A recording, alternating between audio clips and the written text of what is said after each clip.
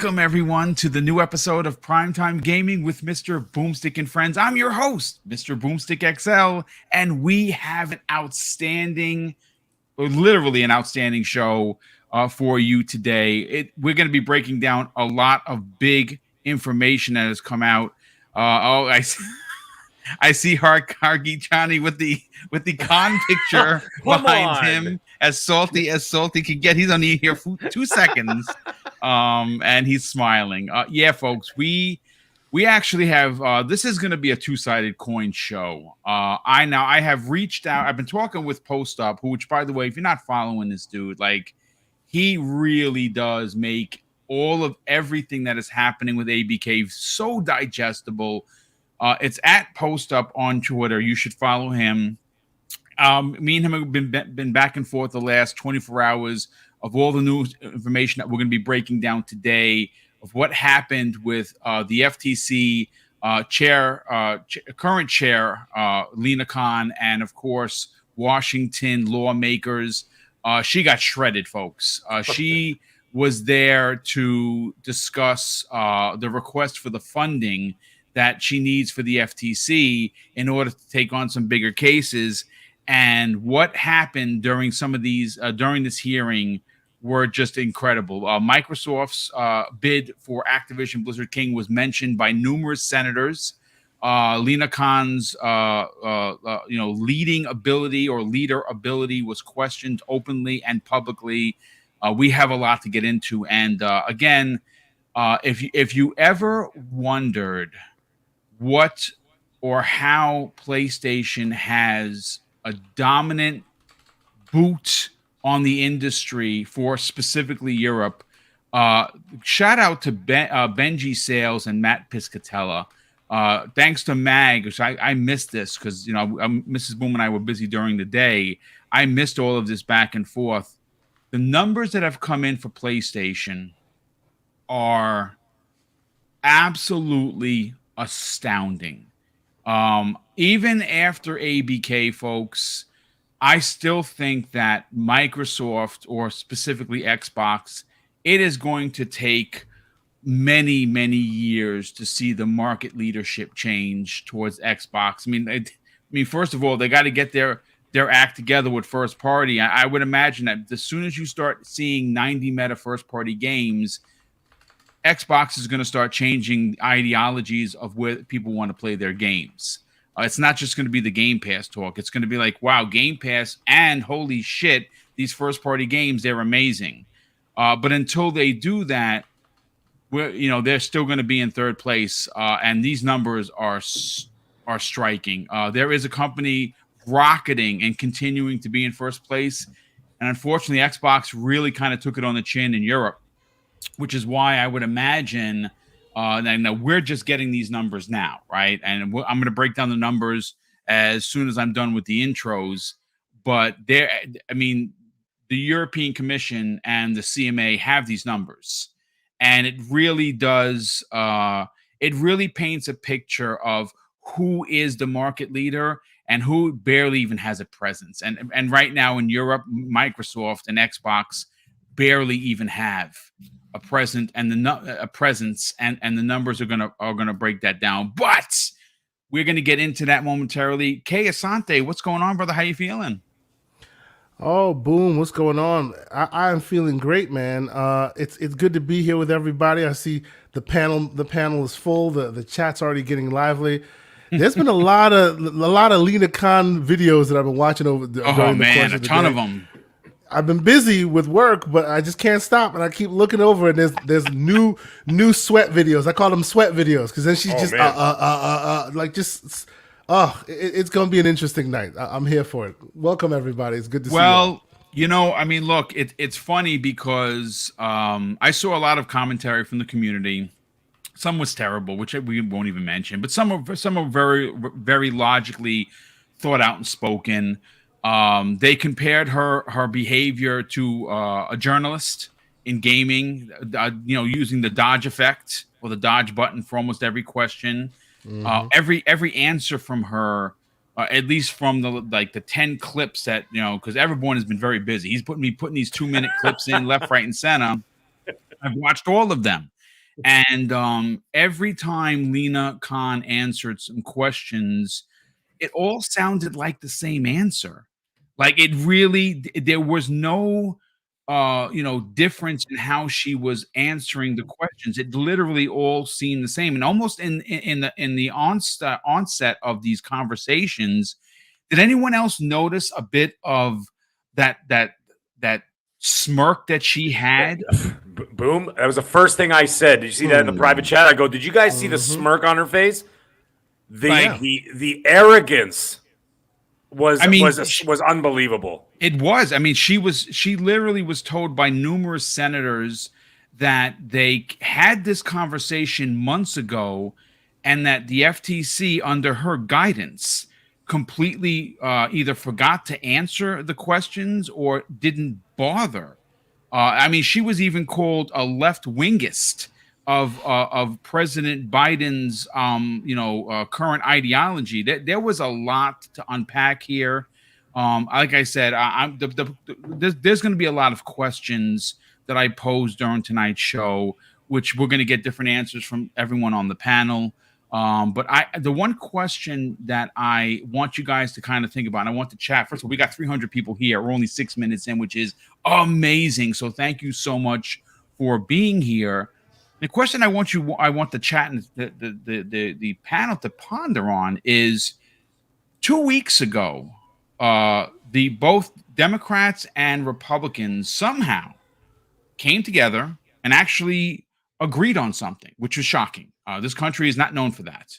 And they all agreed that what was happening in Japan about Japan possibly blocking the merger, when you consider Sony's 98% to 2 in that region, was laughable. And it just so happens that it was during the United States and Japan trade talks.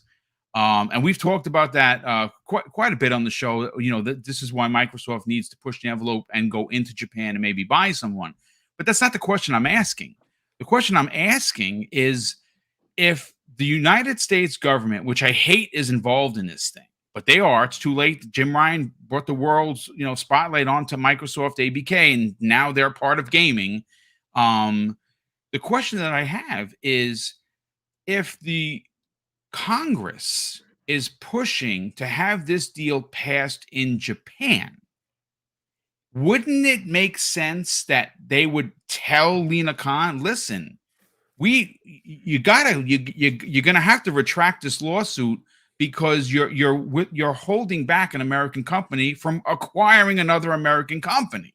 Like, she was accused, folks, of citing and having PlayStation's best interest over Microsoft. And that's not what the FTC is supposed to do. She was also accused of having foreign relations and making sure that she stayed in contact to give information to block other deals.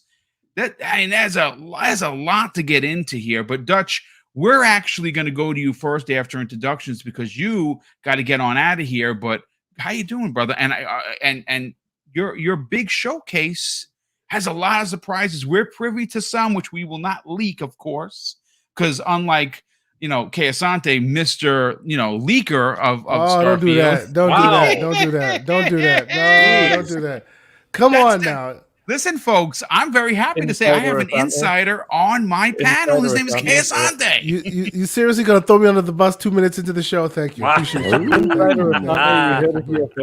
Thank you, bro. Appreciate it. No. Listen. It's all fun and games, because actually, who started this was Idol. You got slothed, as we know. Oh yeah. And it was brought to my attention not only by you, but by Randall Thor 19 on his show. Randall, it's Rand's fault that I got slothed. He total scumbag. If you're watching Rand, I'm coming for you. Oh my god, I'm coming for you.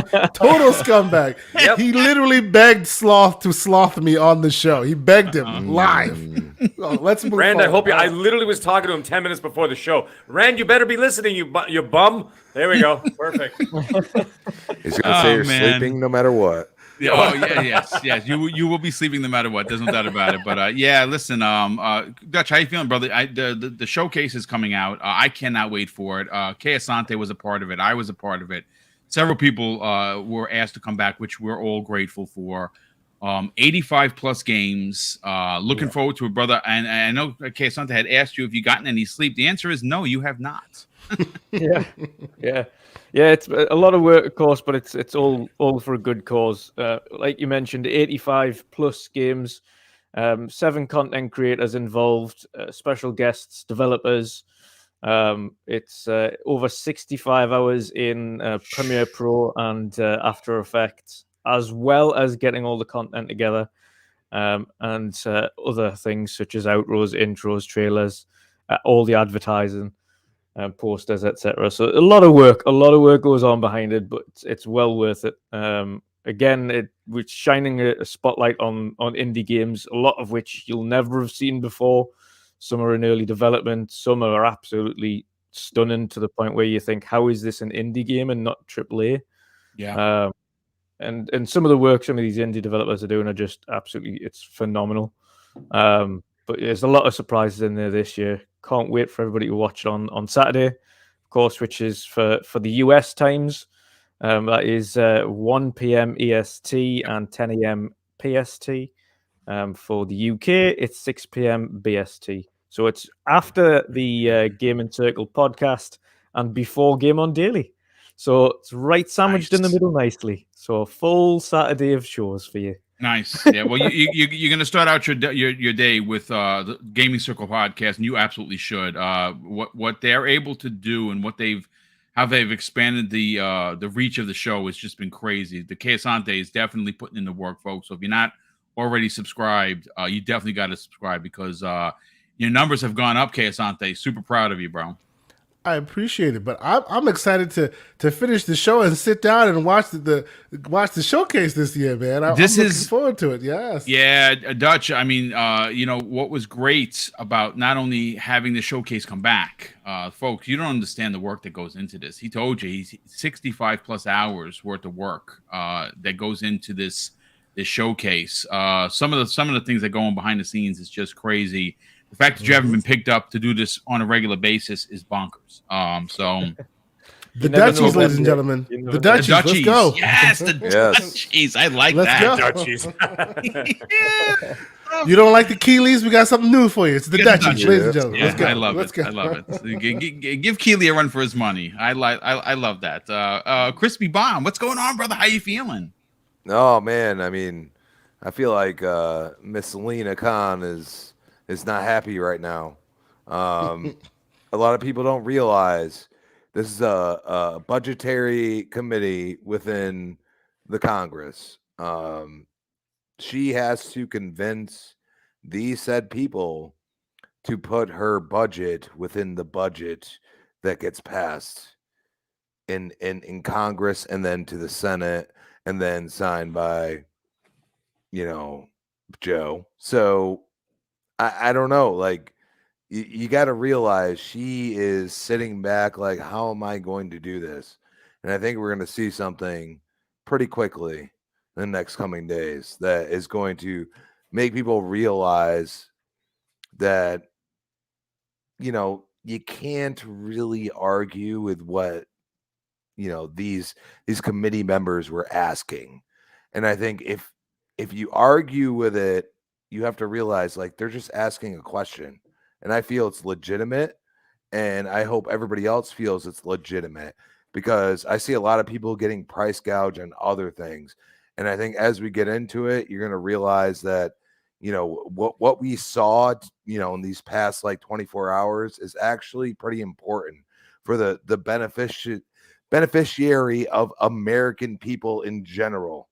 You know what I mean? We have to ask legitimate questions, and I think that's very important. I absolutely agree. Mag, what's going on, brother? Yes. Thanks so much for dropping this in. I mean, oh yeah, of course. Yeah, the numbers are pretty damning, folks. Again, it's not shocking. We know Europe is owned by PlayStation, and look, I know I get a lot of pushback from people because there are people like, well, I don't like PlayStation games. Boom. I get it. If you don't, you don't. I do. I really do. And those single player, story driven, graphically intense games, they call to me because I'm a selfish gamer. I like playing solo and with my headphones on and enveloped in the story. That's just how I game. I'm old school like that. Sony does offer that. I know a lot of them are samey for a lot of people, but that's why I have a PlayStation 5.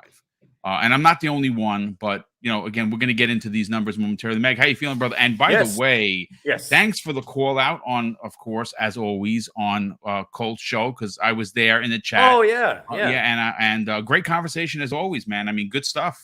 Yeah, it was a pretty wild show on Monday. Yes, it was a great show. Anybody who didn't go check it out, please go check it out. It's pretty funny. At one point, I got so upset, I threw my headphones off and walked away. Colt thought I was going to go do a dance or something, and I'm like, no, I literally just walked away. But anyways, if you catch the show, you'll get the jokes. But anyhow, we got a great show tonight. Never mind Monday night show. We got a great show tonight. And listen, I'm going to preemptively congratulate Wandering Dutch on this show that's going to be coming up on Saturday. I will unfortunately not be able to watch it live, but I will watch it later when I get home. So I am going to go check it out. So please go to his channel, check out that showcase today. My goodness, that showcase on Saturday. We're going to check it out. But today we got things to talk about, And you know what? And the reason why I brought up those PlayStation numbers were for two reasons. One, it's a sobering fact that Microsoft has to look at, and we'll get into that as we get into the show. And the second reason is that information should be front and center for the CMA and for the FTC to see exactly who's ruling the roost, so to speak, right? So those are important for two reasons. One, so that Microsoft can do some self-reflection and say, well, hell, we got to get our act together with these studios. And the second reason is, and the second thing, like I said, the FTC and the CMA have to look at it and go, well, hell, Microsoft doesn't have a chance unless they get this ABK situation under control. Look at these numbers. Like, come on, man. You know what I mean? Well, so it's funny because, Mag, during these hearings, it was the numbers for the United States, because that's obviously the Democrats and the Republicans represent us, the American public. Right. So they weren't talking about Europe. Currently, Sony in this country has almost a 68 or 69% market grab, of value versus what, and mind you, the last 31% is divvied up between Xbox and Nintendo. Mm-hmm. So I mean, they're a pinch away for what some would consider a monopoly. I know that Hargeet Chani has talked about that. When you get into the 70 percentile, you are talking monopoly.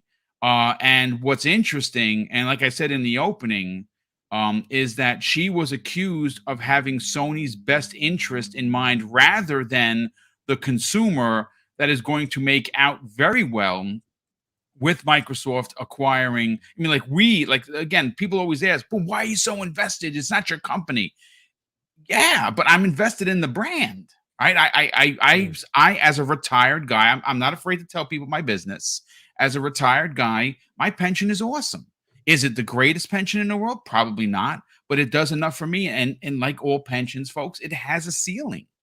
And there are games that sometimes I just can't get because, well, I'm not going to break through the ceiling to play games. But see, that's where Game Pass comes into play. And that's why the service is so extremely valuable to me, because it allows me to then go buy other things. But listen, Hargeet Chani, you've been watching this with a kind eye. Lots of things happen, lots of accusations. When you consider the hot seat that Lina Khan was in, man, she was grilled. Yeah. I mean, this was about to, it was bound to happen. I think I mentioned this a while ago when we get the House flipped to the other party, they are going to start looking at this and bring questions, right? I wasn't sure if they would go after each case. In Microsoft, they see that specific case, but I didn't know if they would go to that. I think they were just going to go to the pattern, right? You lose your Republican, commissioner because he doesn't like what's happening, and then a little later, the next one decides, I'm done. I can't deal with this. So now you have no Republican commissioner, and you're like, well, hold on, something's up, and it's something that needs to be taken a look at. And they own governance. As far as oversight, they own the governance of that. So they have to look at what they're doing and say, well, what's going on? And now Lina's looking for more money. Like, oh, okay, wait, hold on. First off, a significant amount of money, right? Hargeet. Yeah, and you want more people. you've lost hundreds of people because they don't like what you're doing and you want more money to go get more people. Well, hold on a second. What are you doing? Right. And all that was eventually going to come up. Right. So I guess we'll get into it. But yeah, it wasn't like this wasn't going to happen. It was going to happen. Once you have the opposition party come into power, they are going to look at stupidities like this and say, what is going on? Right. And I want to be clear. I've been giving Lina a lot of leeway. I think some of the things she says are accurate. I just don't agree with the way she's going about doing some of these things. You have to do it within the law. And, you know, you want to change the law? Fair enough. That's not the role you're in. You change the law by going to Congress. That's how you change the law. And, you know, but either way, you know, we'll get into it. But yeah, it's been a fun time for her, I'm sure. Oh, yeah. You know, real quick, Cloud Giant in the chat. He asked a great question. So, of course, I want to answer it. Cloud Giant, welcome to the program. He says, Boom, you like PlayStation games more than Xbox? See, the question is, well, the answer to that, Cloud Giant, is I just like games. My preferred platform is Xbox. I buy all third-party and second-party games there. Obviously, I have a great love and affection for Microsoft first party, but I've had every PlayStation ever released. In fact, I used to import PlayStations on a regular basis, one and two for that matter. I had them 6 months before anybody in America did. I used to import everything. So I will say what Mag says, and this is probably the best way to say. I hate Sony, but I like PlayStation. I hate Sony for what they do, how they rake us over the coals, how they take for granted the loyalty and the excitement it is for their brand, and they're constantly doing just real crummy things. That's why I hate Sony, but I like PlayStation. Now, I don't subscribe to spending the $10 for a graphical upgrade in graphics, even if to go back in and get all the trophies a second time. I don't even do that. So, I mean, it's to say I like one more than the other. My preferred platform is Xbox, and it will always be because I really do like Xbox. But I'm not going to not buy the next God of War or the next Uncharted or a Resistance remake or something. I'm always going to buy those because I like those games. But I hope that clears it up. Let me get into the numbers here, folks. Again, Benji Sales. I mean, listen, the guy is just aces. He's one of my favorite people to follow and someone I trust. He's been on the show numerous times. I got to get him back on, but right now he's got a lot on his plate. So when he's up to it, he's already promised that he'll join. He literally just put out a tweet that thanks to Mag, we have unbelievable numbers, folks. I mean, it's just you see what the FTC situation, why it is so frustrating for me as a content creator. I kind of like to see things as they are. I don't overanalyze anything. I don't throw my opinion on top of a situation to try and get you to believe me. Believe and read and understand and have your own opinions, folks. That's what it's supposed to be about. The information that is currently available that Benji Sales, who's a YouTuber, he's an analyst guy, he knows his stuff. Lina Khan and the FTC have access to all of this. Okay.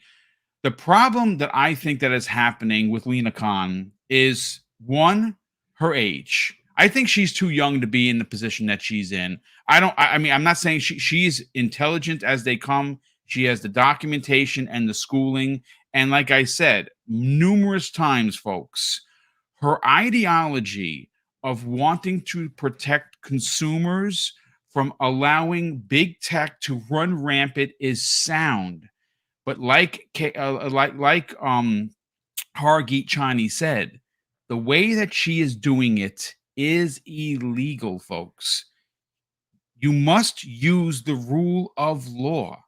You must use evidence to decide on whether passing or blocking. She's not doing any of that. So let's just take a look at the numbers that Lina Khan and the FTC have access to. Now, again, granted, these numbers are from let's see. This is from the March hardware. This is the European data.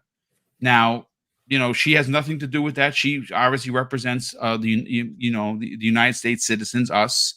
But just check out these numbers, folks. March hardware. Now, this is coming off of an incredible February that had Sony up, I think it was 316%, if I'm not mistaken. It was 400% in the EU and 360% in Japan, if I remember correctly, for PlayStation in February. Well, here are the March numbers, folks. PlayStation 5 is up 400%. The Switch down 19%. And you know who comes in third place? And in a wicked third place? Xbox Series down 13%. Yikes. Hardware, Q1, this is pretty crazy. In the first quarter of 2023, Sony is up 369%, folks. Nintendo Switch down 18%. I mean, again, it's the Switch, and it's the 560p system. It's fine, whatever. But the Xbox Series, folks, in the first quarter of the year, down 10%. Think about that for a second. They're down 10%, and Sony's hardware is up 369% in Europe. Let's see. Now this gets pretty interesting as well. Check this out. Top 5 March software games, all marketed by PlayStation. Check that out. Resident Evil 4 Remake at number 1. Hogwarts Legacy still hanging on. Number 2. FIFA 23. GTA 5, fucking unbelievable. Can you imagine that game? Fucking. I'm sorry, I didn't mean to curse. 100 years old, the game, and it's still in the top 5 MP. This is just really ridiculous. And in fifth, and coming in 5th is Call of Duty Modern Warfare 2. It's just bonkers. So those are the numbers, folks. And if you were to pull the numbers here for the States, the numbers, I don't know if they would be so outrageous because it's a little closer here in the States, but there's no doubt that Microsoft has been getting their teeth kicked in. So let me go to Dutch first because he's got to get out of here. Dutch, look, there was a lot that went down. Like I said, we have a lot to go over in the DMs. And the bottom line is when Lina Khan went to this hearing, and of course, it was a hearing for the request of all the money she's asking for the FTC. Like Hargeet suggested, this was going to happen, and there is still no Republican representation in the FTC. Both commissioners left. She was quoted in. They quoted the first numerous people that left after the first commissioner as Lina Khan being a tyrant, and this was said in open form or open format during this hearing. I mean, listen, I don't know her personally, but I can tell you that when you lose hundreds of people and they're all senior people that are leaving because you're not using the rule of law and that morale is down double-digit percents, there is an issue.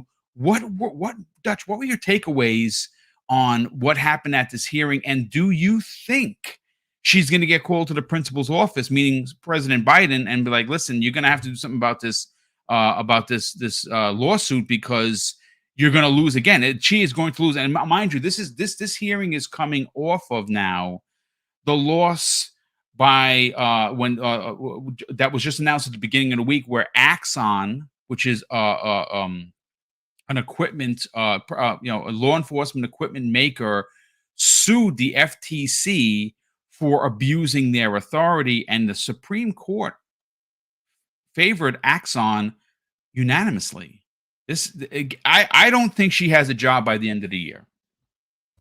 Yeah, I mean, first of all, before we go on to the FTC stuff, to speak on briefly the numbers in Europe, it's 2 very simple reasons as to why that is, and it's Microsoft's continued lack of marketing in Europe at all.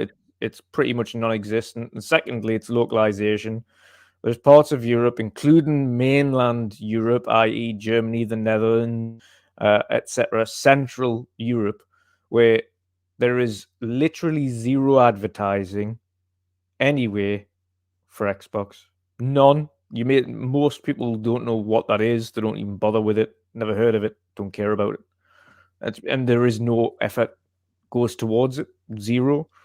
It's their own doing. The reason they're not successful or continue to slip up in Europe is because they refuse to do anything about it.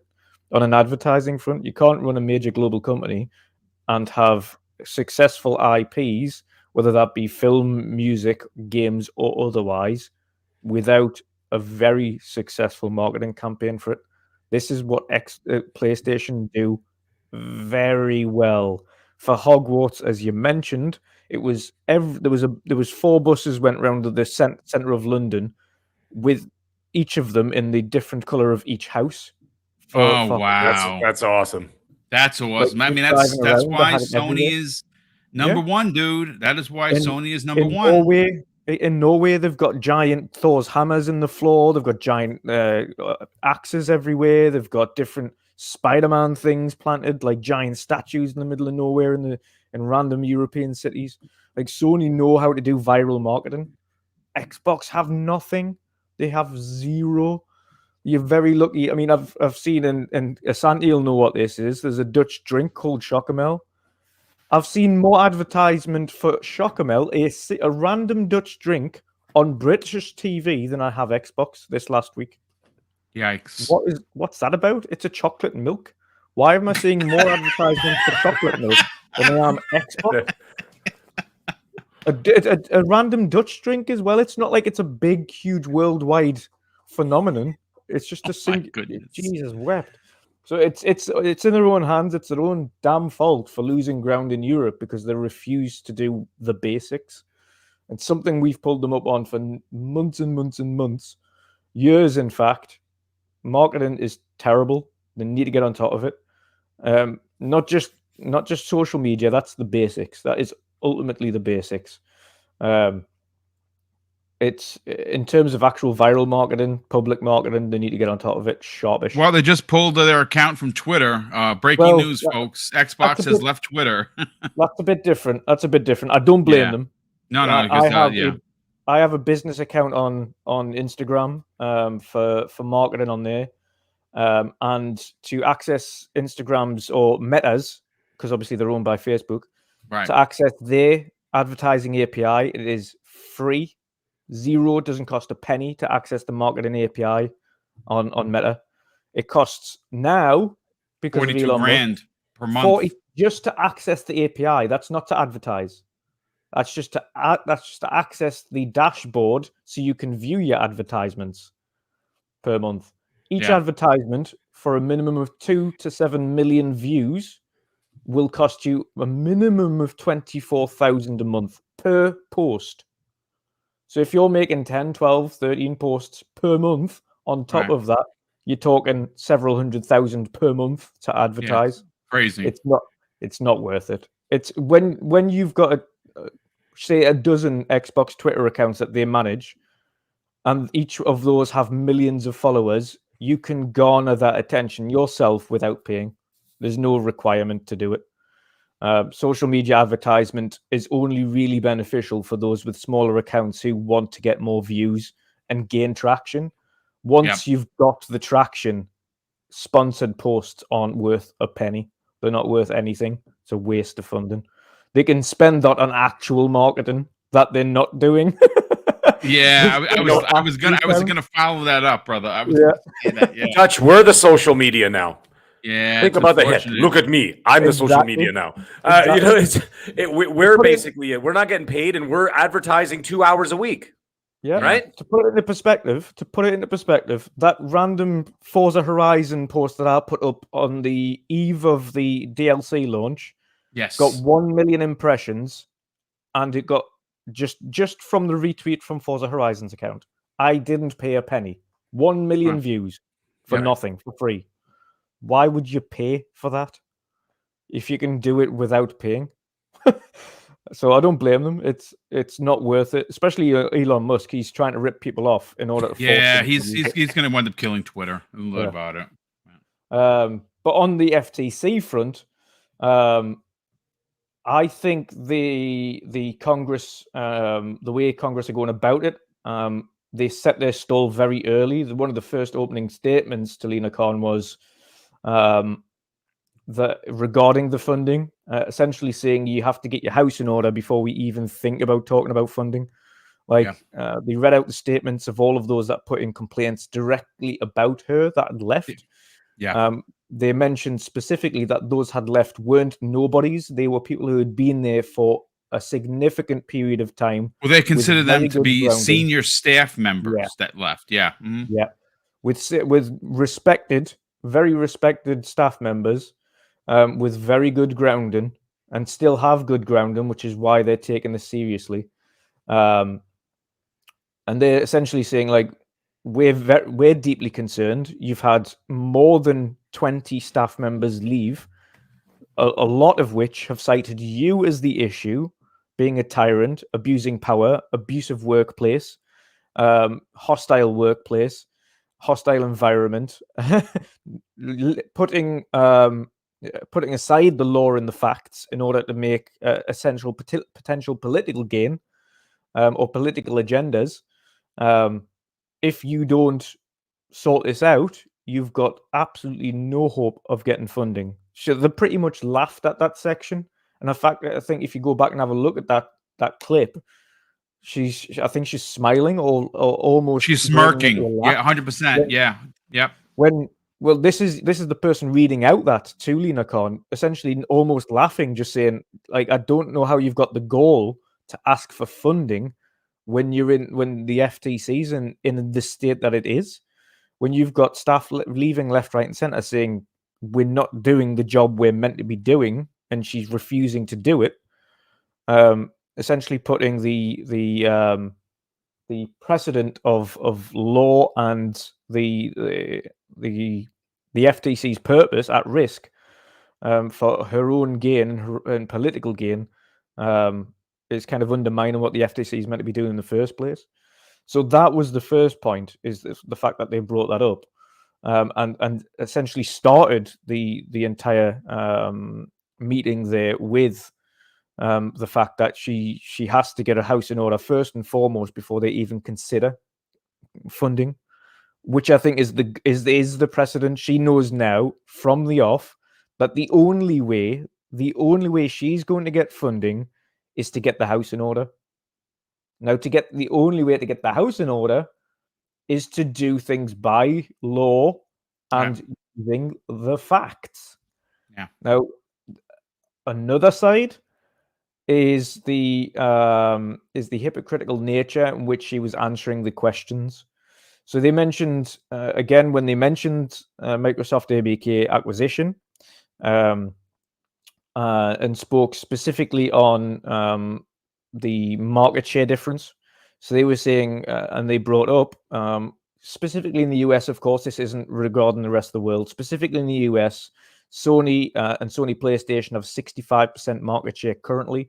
Of course, that does not include Nintendo or Nintendo in that equation either. So if you add Nintendo to that equation and then Microsoft, the market share for consoles in the US, Microsoft is probably going to be around about maybe the 15 to 20% mark. And again, Nintendo make up the rest. If not a little bit more, Nintendo might even make up more than that, and then Xbox probably about 10 to 15% at that rate. So when they're talking about market share, they were also unsure as to why she was going down the route to monopolistic behaviors or anti-competitiveness. They wanted her to explain as to why she was taking Sony's side and why her position seemed to do that. Her answer was, although we do take third-party complaints into account, we always make our final judgment based on law and fact. Whereas when I heard that, I laughed. I chuckled like loudly. I'm like, wow, what a load of, you know what? Whereas we know previously, publicly and recorded on stage at other conferences and events, she stated, "I do not care about the facts. I'm just looking to block this in order to do X, Y, and Z, or get law changes, or so on and so forth. It is being documented that is what she said. She does not care about the facts. She just wants to block it in order to push forward laws that will help with further merger blocks. This is where the FTC also corrected her. Her duty is not to block mergers. That is not the purpose of the FTC. It isn't to purposefully go out and block mergers, whether that's big tech or otherwise. Your duty is to the consumer first and foremost. Is this anti-competitive for the consumer? Not for the competitor, for the consumer. We don't care whether or not it's competitive for the competitor. One singular competitor does not make up the entire market.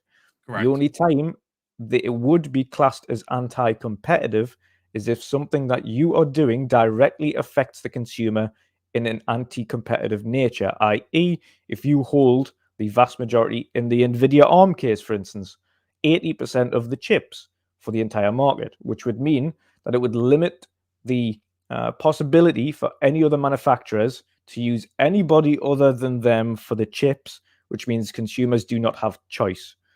It's exactly the same reason why we have multiple network carriers now for mobile phones. Yes. Exactly the same reason. More choice is better for consumers. Correct. Exactly.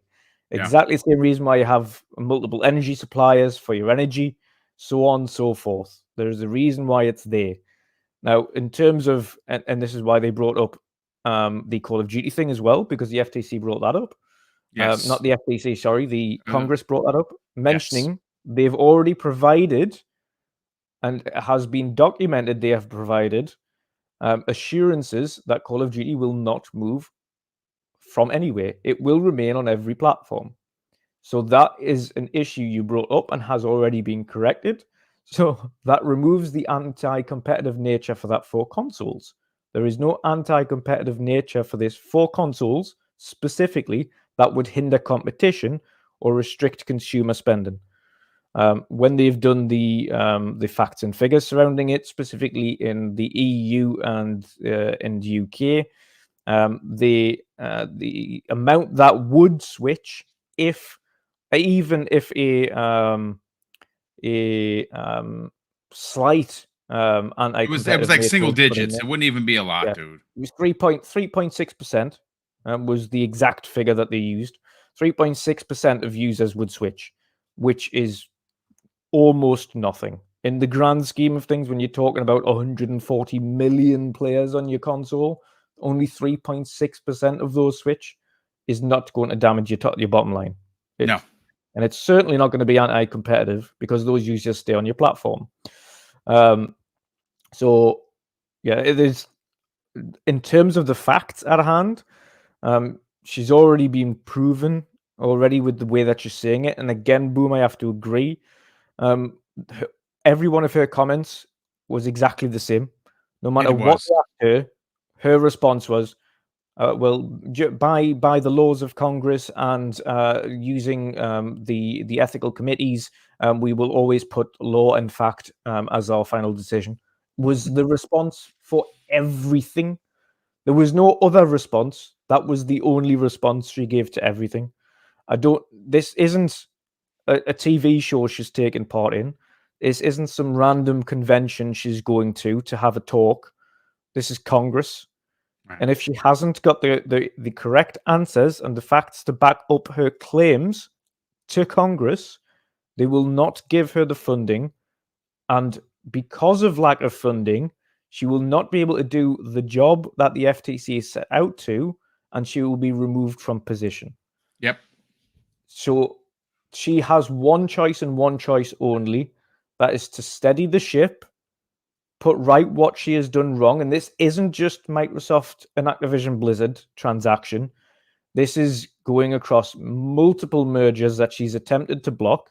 This is antitrust issues that she's failed. This is also a lot of issues in terms of abuse of power. On the abuse of power section, specifically, they're going to their in-house judges to try and make decisions and then overruling their own judges.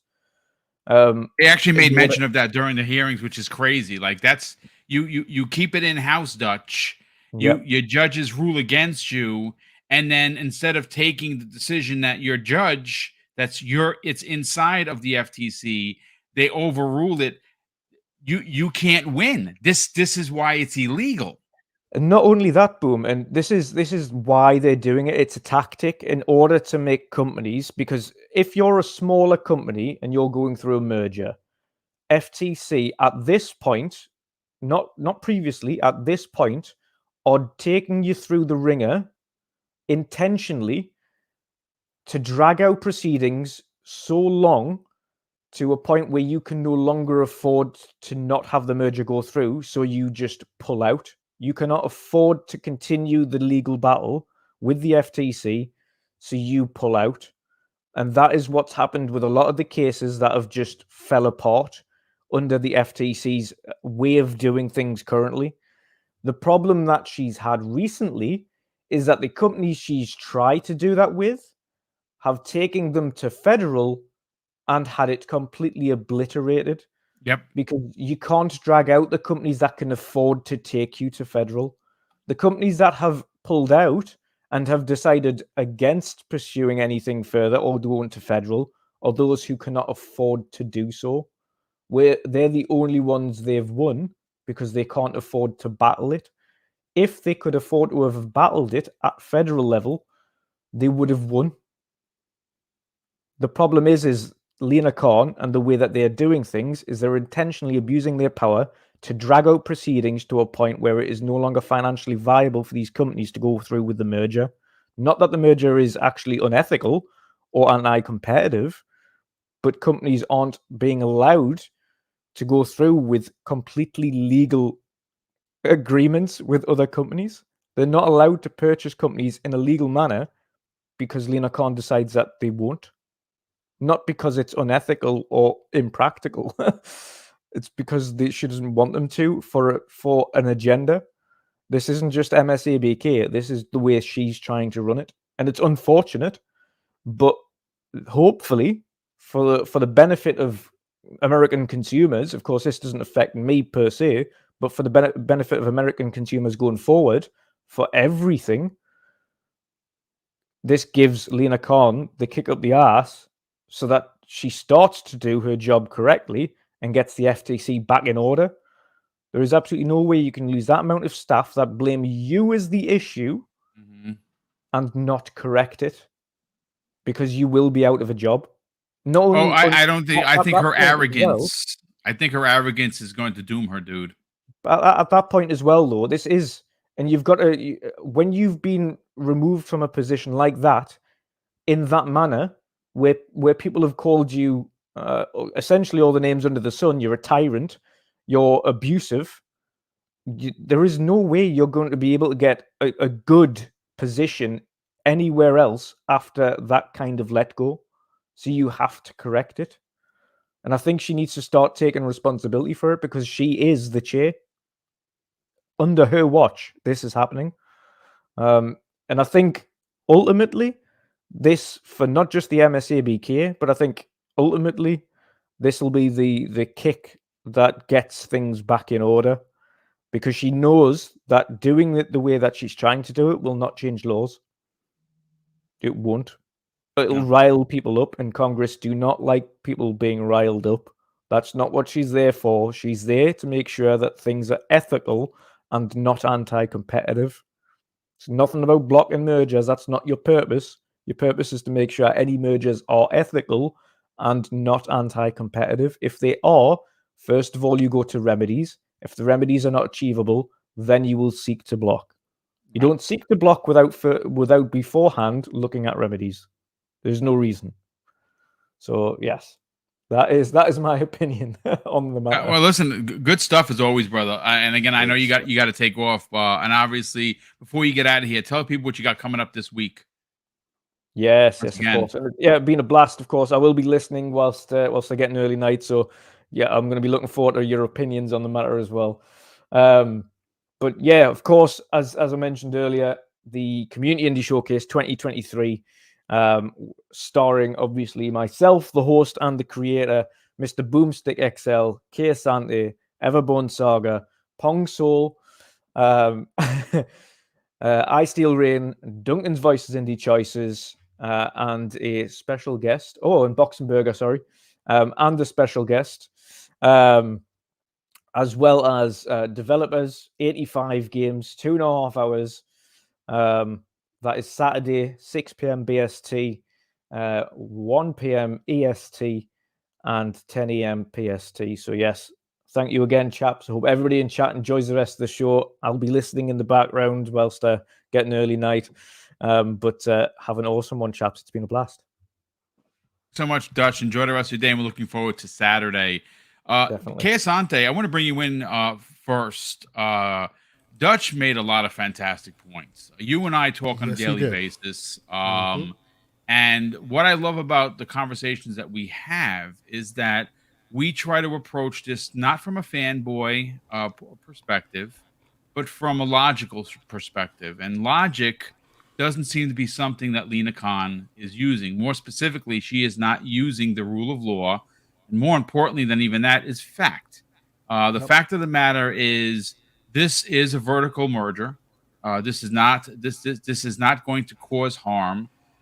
We have learned that Microsoft has been invited to an event in the UK that is actually happening on the same day as the CMA decision, which is expected to be one that is going to have some remedies involved, but the remedies are not going to be like PlayStation has been removed. As we know, PlayStation concern has been moved off of the board. There is no market harm for the deal. But getting back to what happened during Congress and Lina Khan, like I said, I mean, I know that you know how to read people just as much as I do. And I kind of felt watching, and we, thanks to many people in our DMs, we've seen numerous clips of her.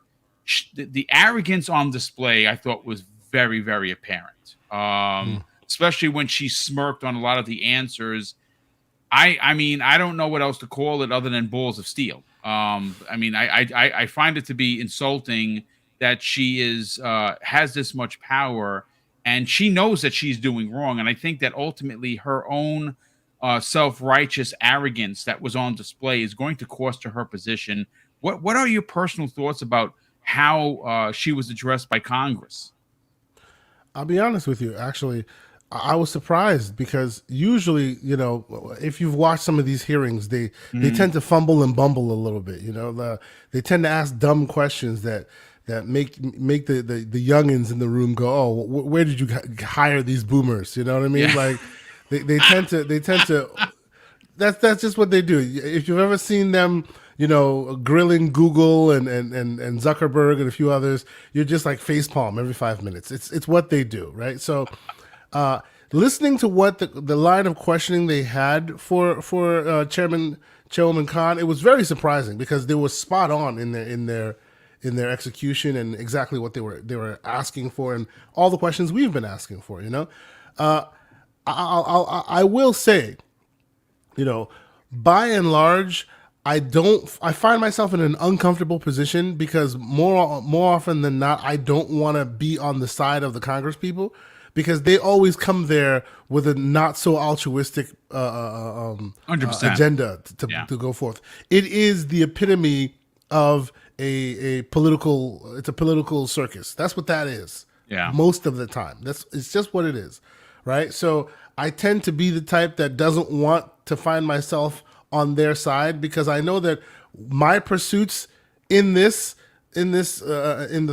thinking about what they're talking about and having a vested interest is all for my benefit and for the benefit of us consumers, us gamers. That's not necessarily what they're there for, right? No, of course not. Yeah, it's not necessarily what it's not necessarily what they're there for. So add to that. Let's keep it 100% here. You know, in a perfect world, in a bubble, what Lina Khan is trying to rail against is a real concern. 100%. Yes. Like I said, ideology-wise, it's sound. Yes. The problem, though, as you guys have said, you know, eloquently, you know, you don't put the cart before the horse, right? You adjudicate the way you adjudicate based on the framework of the law that has been given to you, right? While then advocating for some changes if you deem them necessary. What she's doing is throwing away the rule book and creating a new one because she doesn't like the one that's there, right? Because the one that's there doesn't give her the powers that she needs. So I really will say, like, I appreciated them for asking those questions, and it was really interesting to, as Dutch was saying, it was really interesting that what sums up all her answers were, I can't comment on ongoing litigation, but in general, we use the rule book. That's all she said, basically. Yeah, in general, we use the rule book. And then everybody's like, really? Head scratcher. Because that tends to be the problem that's causing people to leave left, right, and center. Right? So clearly, there's a disconnect there between you saying you use the rules and the laws on the books versus everybody who works for you saying, nah, homie, you don't. That's why we're leaving. Right? So by and large, I was just stunned and surprised at the fact that they actually were they were spot on, the Congress was, at really pointing out what exactly is going on. Now, the thing that bugs me, every time anybody says it, I bristle a little bit, the high-end console market. I get so tired of that. That's so ridiculous, dude. Stop it. Nintendo Scrooge McDucking in the background going, oh, yes, it's high-end console market. Like, get out of here. Add Nintendo to the mix. They are the purveyors of the abacus, and you all own one. Maybe 2 or 3 based on their numbers, right? Well, in your household, you have 3, so there you go. I have 3. Yeah. Actually, I have 4. I have one of the OGs, I have a newer version, and my kids have 2. So there you go. Right? So, the idea that, the high-end console, and it's like they've wished it into existence. Somebody said it once, and now it's just a thing that exists. No, it does not exist. I refuse to take that and continue moving forward with it. But know something? Nintendo loves that is out there because of what a lot of people don't know, folks. Here's a funny stat that people just totally forgot about. And you just wait until Tears of the Kingdom comes out. What the ratio is going to be for consoles versus software sales. Yep. Did anyone remember this? 2017, folks. The Switch gets released. Yes, it's 560p. I play it every day with Mrs. Boom. We play Animal Crossing and we go me to each other. It's great. It's wonderful, right? Did you folks know that they sold more copies of Zelda Breath of the Wild than they did consoles? Yep. That's right. Yep. Some people went, nah, I'm sure Nintendo I'm going to hold on to this for now. Yeah, I'm gonna hold on to this for now. I don't have a Switch yet, but I'm gonna hold on to this. I'm gonna buy the game anyway. Just don't look at the box. Oh, and by the way, another thing that most people forget: that game was not even for this generation. That game was on the Wii U, which I own. It was on. I have my Wii U version, right? And then with Mario Kart, right? All that now seem to be the owners of the generation, even though they weren't made this generation. Yep. Right?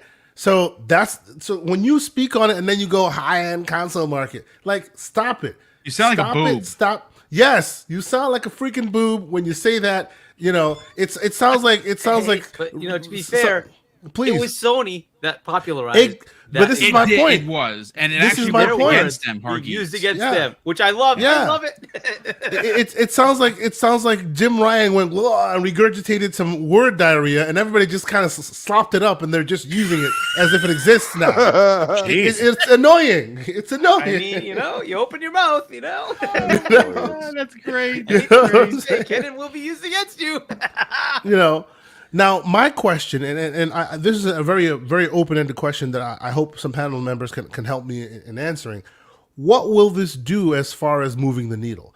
I ask because at the end of the day, the one with the power to either keep her in position or remove her from her position knows exactly why she was there, right? She is somewhat of a phenom, if you will. She is young and somehow is in this position, and she's very, very, very astute, very, very knowledgeable at what she's doing, but she has her own method and her own agenda as to what she feels that needs to happen, right? She's not an idiot, right? She's a specific kind of hammer that you buy when you need that kind of hammer. And that has been employed here, right? So unless the boss, and by the boss I mean the President of the United States, decides that, oh, I made a mistake, or oh, it wasn't the right thing to do, there's no reason to get rid of her because she's doing exactly what she said she would, right? By and large, most of the folks that grilled her were Republicans, so Democrats can easily go, there was just a bunch of Republicans, putting on a show. Whether their points were valid or not, it's a bunch of Republicans putting on a show. And to be outdone, Republicans tend to put on a show from time to time. So yes. Once you cry wolf a billion times, the billion and one time that you actually speak real truth to some situations, people just think you're talking smoke, as you always tend to. So my genuine question is, this was entertainment. This was grilling, it was really good, and it paints a picture to the American public and to the public at large that, hey, clearly she's out here, trying to put her thumbs on the scale, right? Because she doesn't like the scale that's currently there. But what will that do in the long run? Because the Congress can limit her funding, right? They can't take all the funding away. They can limit her funding. They can give her the bare minimum to keep the agency running, right? They can't fire her. You can put pressure on her to put some representatives from the Republican Party back on there. That may very well happen. But at the end of the day, if the boss that put her in place still thinks that what she's doing is a necessary evil, nothing changes, right? Because she's appointed. She's not voted on by the public in order for that position. Now, if she was voted on, that'd be a great thing. Clearly, that's not what it is. This is a political appointment, right? And for those who aren't aware, before she was running stuff at the FTC, she was writing papers about how she would run things at the FTC. None of this is new. She telegraphed it from miles away that this is how she would behave, and now she's behaving that way.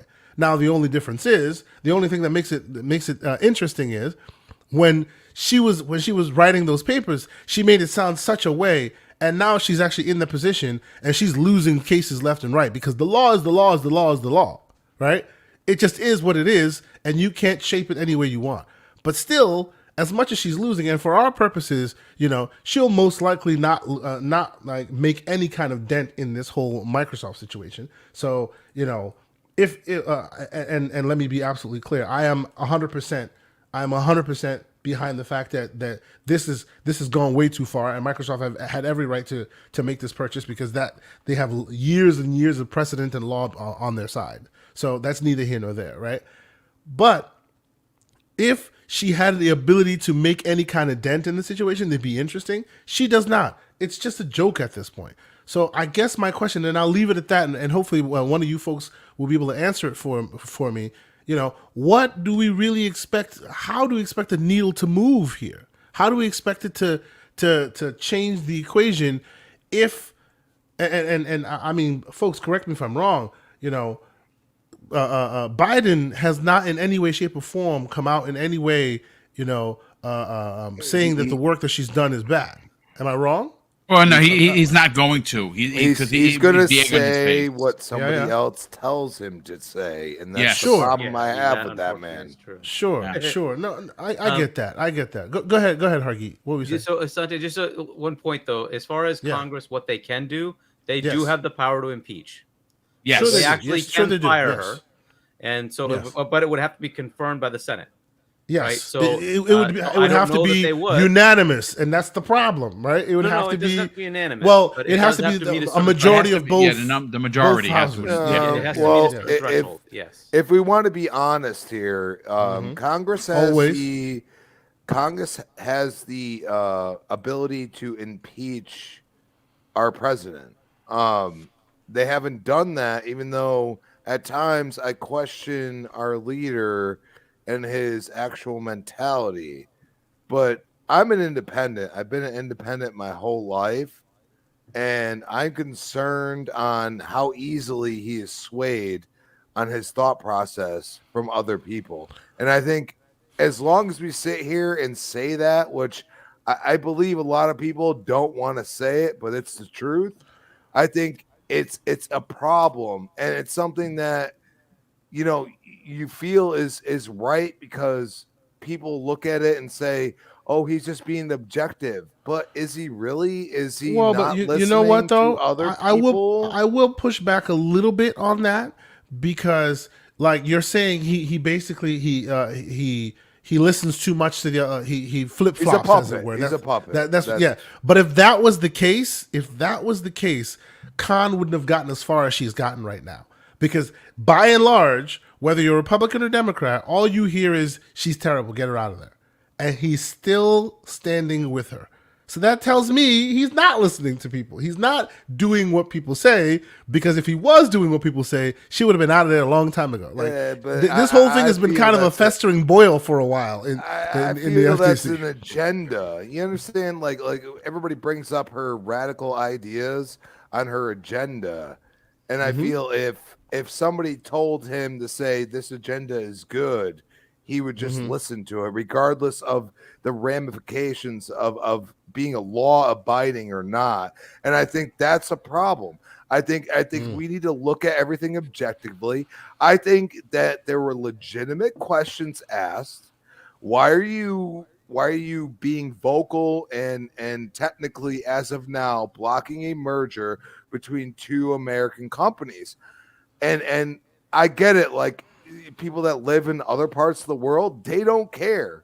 But for us Americans, it's a little questionable on your thought process. You know what I'm saying? So I hear you. My issue with that is, like, while I understand that thought process of it, I always tend to bristle a little bit, because just because it's American on American doesn't mean that if it's getting shady, or if there is some shadiness to it, that it shouldn't be. I absolutely agree. But not saying that that's what's happening here. Right. This is not that. Correct. Exactly. Yeah. This is not that. But just by the sheer fact of the money that's changing hands and the amount of money that's going to be moving through this process and all the lawyers getting paid, it begs some attention, right? So 100%. On that, I don't disagree.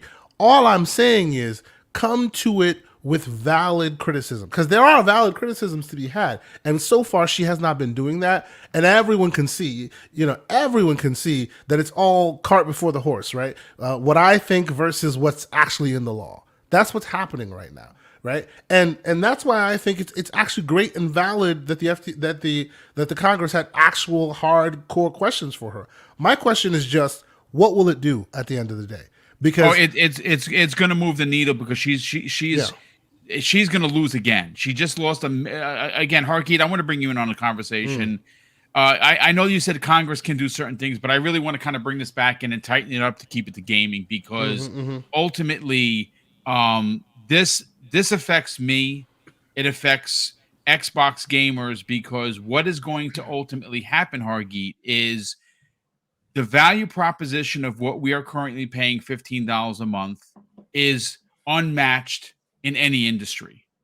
It is unmatched, the value. I think it was something of the effect of $7,000+ last year in games alone into Game Pass. Now, granted, I'm not going to get into the minutia of what's AAA, what's AA, what's single A, how many Microsoft first party, why doesn't this have 60 frames, why this has 30.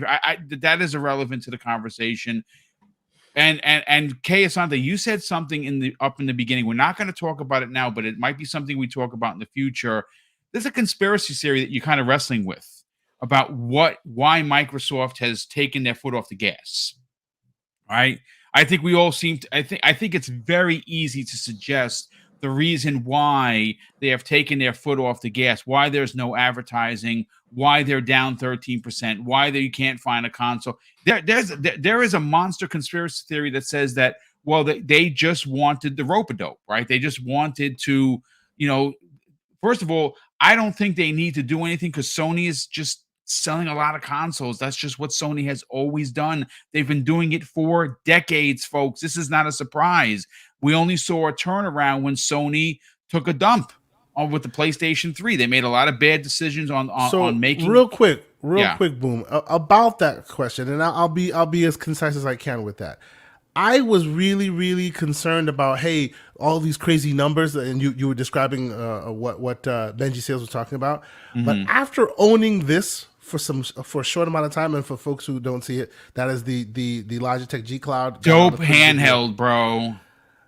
Honestly, I'm not saying that's what's happening right now, but if you were to hand this to a normal person, just an average user who spends their day, you go out, you do your thing, you come home, you game a little bit. If you hand this to a normal person and you give them a Game Pass subscription, I can see a world where that's all they need.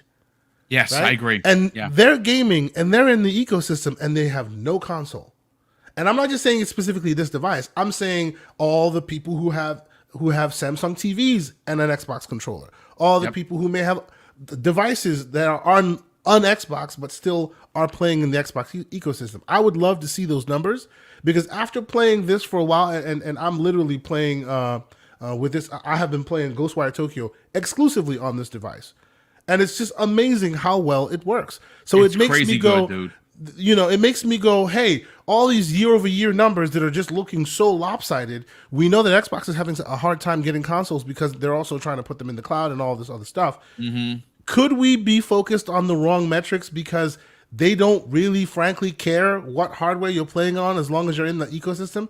Are the numbers looking in a way where, hey, you can keep your consoles, we're still making all the monies? I don't know. That's what I'm kind of leaning towards. You know what this sounds like to me? An unbelievable conversation for the Gaming Circle podcast, Saturday morning, 10 a.m. Eastern Standard Time, brother. And listen, please continue. I think it's, look, folks, there's, at the end of the day, I want this to be clear. Now, this may not be your favorite podcast of the week. Maybe we got too deep into politics. And you're like, I'm out. Boom, you've crossed the line for me. We have to talk about it because it's a relevant conversation, and I don't shy away from maybe not getting as many views. I just want to have a conversation with the community, which is why I hope that you subscribe to the channel. But there is something to be said about being a content creator, being a gamer first, a content creator second, and finding these conversations intriguing. For me, they're fascinating because it's very easily lost through the eye of, I'm just a gamer and I don't care. I just want to play games. But when we start talking about these things, again, I put myself out there for everyone. I'm as clear as glass, folks. Everyone know what I did in my prior career. Somehow or another, I was able to make a second one on YouTube and have a very, very successful channel. My pension is fantastic. I said this in the beginning, but it has a ceiling. And Nintendo is going to always be Nintendo, and they're going to sell their games for their money. Sony is always going to be Sony, and they're going to go out of their way to not only get you to buy their console and buy their games, but they're going to try and sell you those games wrapped up in a pretty bow a second and third and fourth time, because that's what Sony does. Microsoft, I get it, folks. They're a near $3 trillion company. They don't even know who Mr. BoomStick is, to be honest with you, except for a few executives, and I'm very lucky for that. But they, regardless of whether they know me or they don't, they respect my money. They respect the fact that I have a subset of money and I can invest in their platform. And right now, currently, the greatest value for gaming for any platform is Xbox because of Xbox Game Pass. That's why I care so much about the Call of Duty deal, because you're going to get Call of Duty after 2024 in your subscription for your subscription. Sony and Nintendo and Steam players are going to have to buy that. You're going to get it. That's why it matters to me, because I'm thinking as a consumer. But Hargeet, I want to bring you in on the conversation, brother. What happened the other day was riveting. And I know that you said in the opening that you've given Lina Khan a lot of leeway, but there comes a point where that leeway must stop, right? That leeway has to have a brick wall in front of it where what she is now doing is a detriment and overextending her arm in her particular power. Let's talk about it, dude.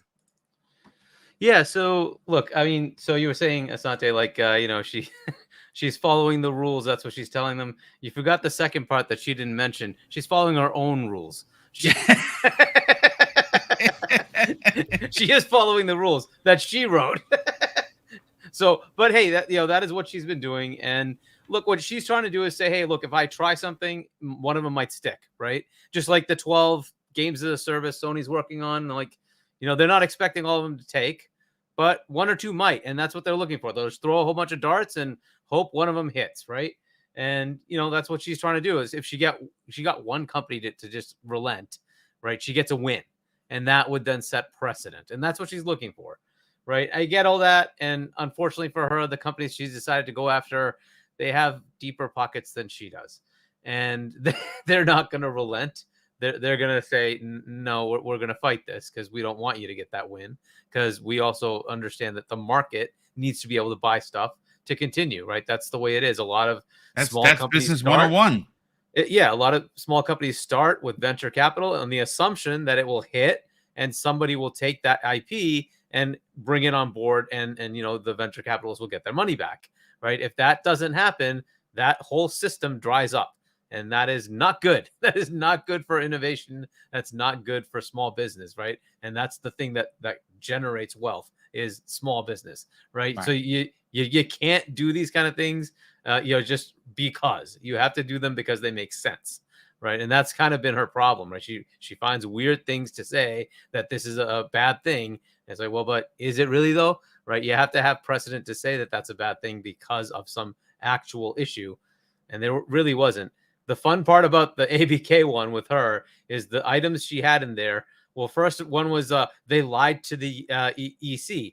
And the next day, the EC's like, no, they didn't. What are you talking about? So that was a lie. And so like you didn't follow anything there with facts. So okay, because if you thought they were being lied to, you could have picked up the phone and said, did they lie to you? Right? What did they tell you? Right? And then we could actually have the actual information in your assertion against Microsoft. Here's what you told them. Here's the lie, right? That's facts, not your fiction that you just think is a fact. Correct. But this is the kind of thing she's been doing, and it's like, well, okay, come on, right? So now, can something be done about this? Look, political pressure is political pressure, and ultimately, whether it's good or bad, all of this is now politics because it's one side, right? If it had the Democrats and the Republicans, there would be enough counterbalance. There isn't. This is all Democrat right now, so it's really just politics. Now, you'd say, hey, it's been the Republicans who did this, sure, but it was the Democrat representative of Washington who started this thing by saying there's unfairness going on here. What's going on, right? And told, including the FTC, but telling our State Department, hey, you guys, when you're talking to Japan, look into this. What's going on here, right? And then to be fair, though, Hargeet, that is literally just Microsoft going, okay, go. Come on now. Perhaps. But ultimately, when the government gets involved, it's not really a joke. It becomes its own. It becomes its own beast. It becomes a thing, I would, right? Myself and everyone have been contemplating. It's like that. That's been the emergency break glass that Microsoft had, and maybe they should have left it in the glass. Right? But it is one that Microsoft can leverage, though, and that's just something to keep in mind, right? Absolutely, Microsoft is very connected, and all of those politicians have connections to Microsoft, whether it's financial or otherwise. So it's not like it's a simple thing that they can just they do have that lever, right? And we can't just ignore it. But it goes beyond that, right? At this point, if the government is getting involved, the political parties, both of them are getting involved, that political pressure is going to be a problem, right? So is that the end of this? No, it's not. She still ultimately controls it. It may be behind the scenes that there is pressure on her to say, okay, once these things come in from the other side of the Atlantic, why don't you just work with them and get this done and shut this process up, because we don't want this bad publicity, right? But I don't know if that's going to happen, right? She is a firebrand. I said that a long time ago. That's what she is. She is going to do what she's going to do. If she's doing this for politics, fair enough, but that's not really great for the FTC itself. So we'll see where it goes. It is rather amusing the way this went, but it's not unexpected, right? That's kind of what we expect from a lawyer to do, right? This is what they do, right? It's always dodges and minimalist answers. It's like, okay, shocking, right? So, all right. I mean, this was going to happen. They were going to do this like at some point.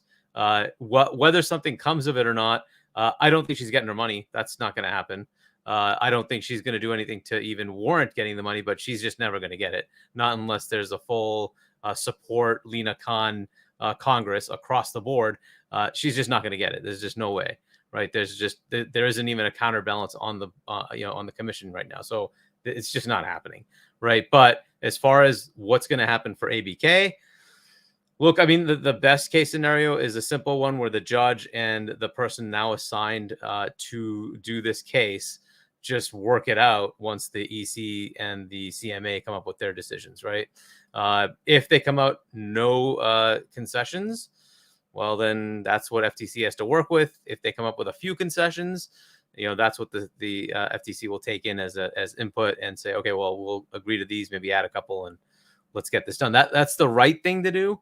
Will that happen? I don't know.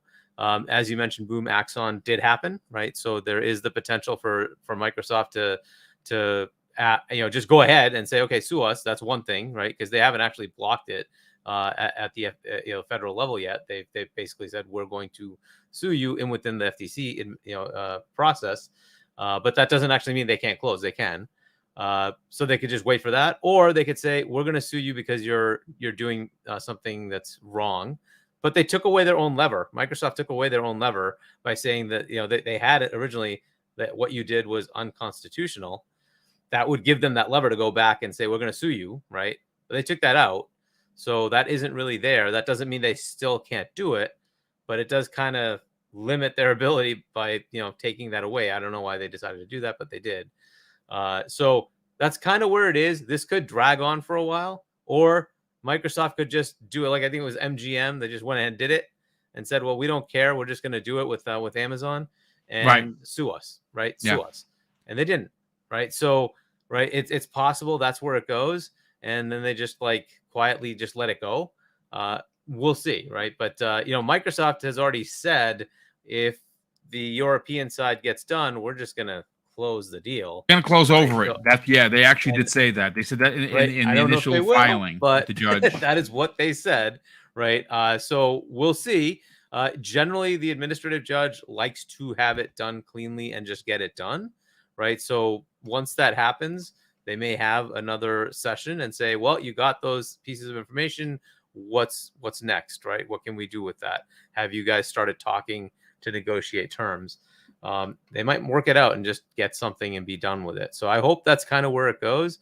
But yeah, as far as this, it is just a circus show. It is what it is, right? We get more information, but not anything changes. As far as what might change, the only thing is if they decide to impeach, which I don't think they have to have like a super majority or anything, but they do have to have the 51%. You have to get that at the House. And then on the other side, I think it's a 60 threshold. You have to have 60 votes to actually have it happen to affirm the impeachment. But either way, I don't know if that would happen. You're probably right that Biden would have to do it. But I seriously doubt they would do that, though. I agree. Yeah, I agree. I don't know. Yeah. I mean, it's already like halfway through this year. You got next year, and then we don't know if President Biden stays or if it's a different Democrat president or a different Republican president or whatever, right? So I don't know if he's going to actually change that, within the last year. Maybe not, but I would say it's probably more likely than not that that's going to be the way it is. Lina's going to be there at least through this administration. But whatever. So it's kind of where I see that one. As far as the market share, I mean, this thing is it's pretty obvious. This has been the way, right? So Xbox has never done well outside of the US. At best, I think it was like UK was at 35%.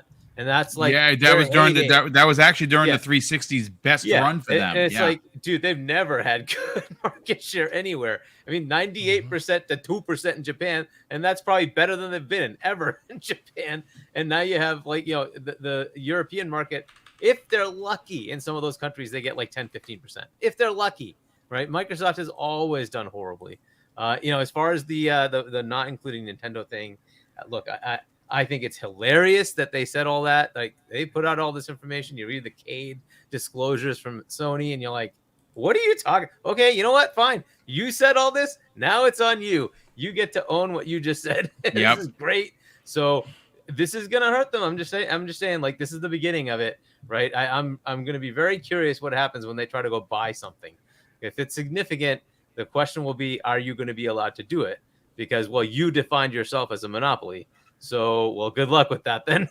And like, we'll see where it goes. I know you guys were saying that it's a U.S. market for FTC. That's not entirely accurate. The FTC, because we're sort of the global economy leader, we actually do coordinate with the international world.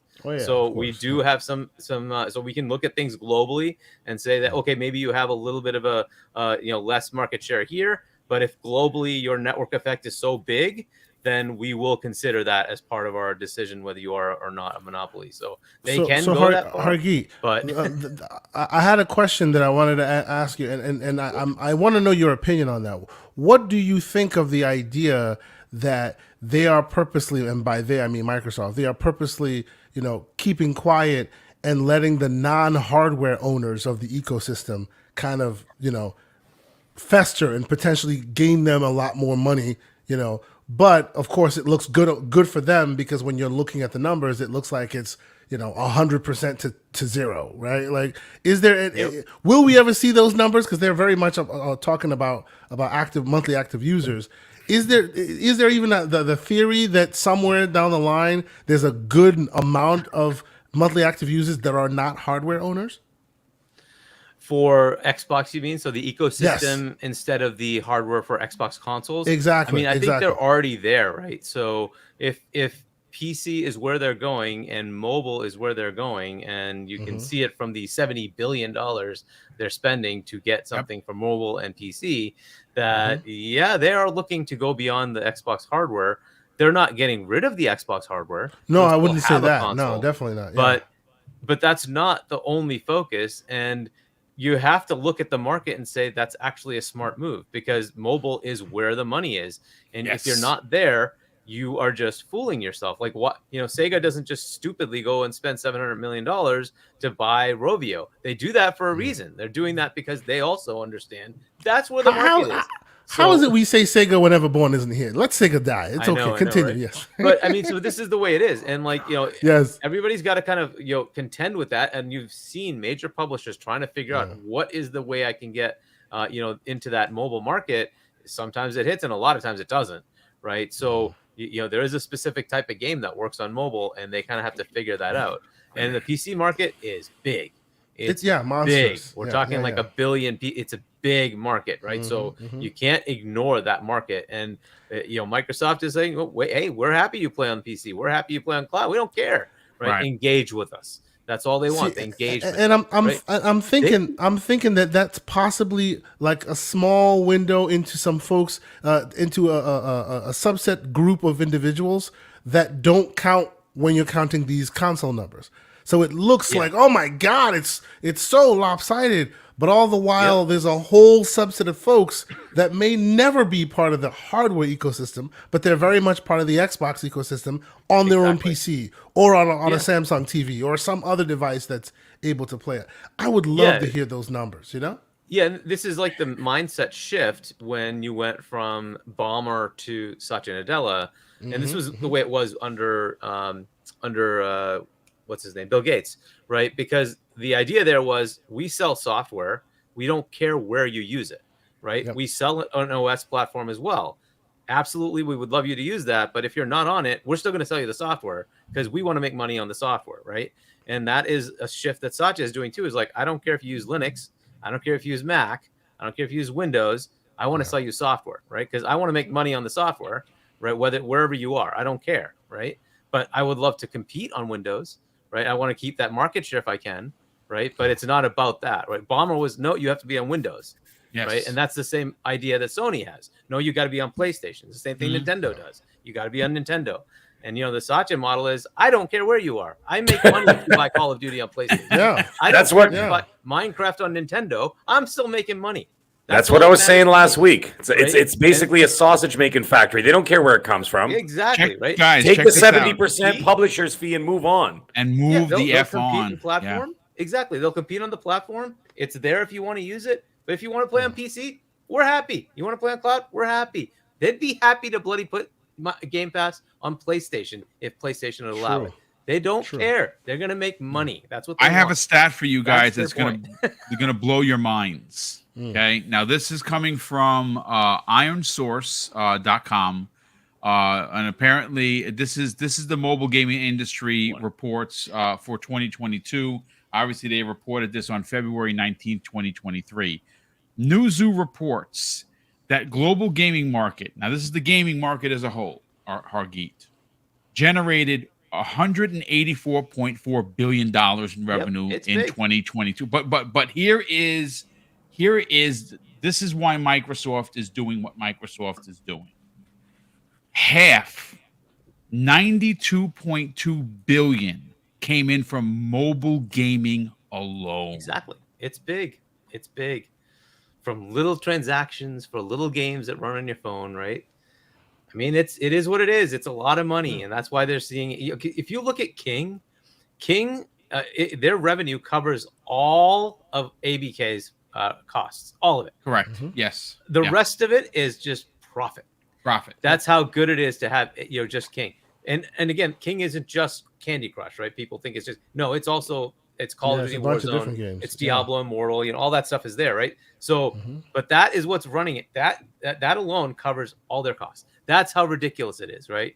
And that's what Microsoft's looking at. Like, dude, we need that. We need to have that constant revenue. We're just making profit after profit, right? Call of Duty is its own thing. Great, cool. It will drive profit. This is why Jim's crying and lying and dying because somehow it'll end PlayStation. He's dying now. Wow, that's a new one. He's saying, right? I mean, he's getting older. There's no doubt about it. He's definitely because people will abandon PlayStation in droves. Right? Okay, whatever. Fine, sure, buddy. Yet you're selling bazillions of consoles, and like everybody's buying that over Xbox. Okay, fine. Yep, you're dying. Sure, whatever. So, but that is what we hear from him. I'm just quoting him, right? So he thinks he's dying. Okay.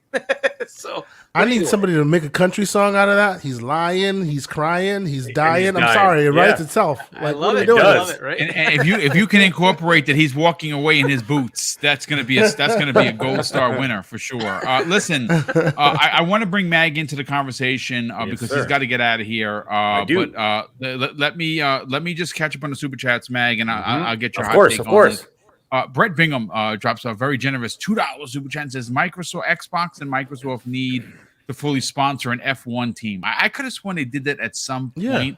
They did recently. I wish they would do stuff like that again, but like I said, right now, I think a lot of the shortcomings that we are as Xbox players looking and seeing, they are laser focused on getting this deal done. I'm not making excuses for them. I give them the righteous smoke on a regular basis. You guys know that. But I think that they are just their eye is on the prize, and unfortunately, we've seen it. It should be on other things, and it's just not. And I don't think them.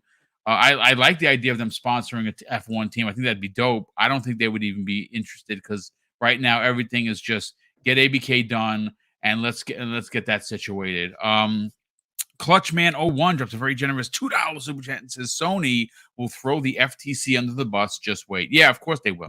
Just like they threw the CMA under the bus too. Mike Clark. Mike, what's up, brother? How you doing? He drops a $5 super chat and says Nintendo is a gaming company that designs games around their hardware. Xbox is a multimedia device that happens to play some games. Yeah, I mean, it's a console first. I mean, yeah, you could do a lot of other things, and Nintendo just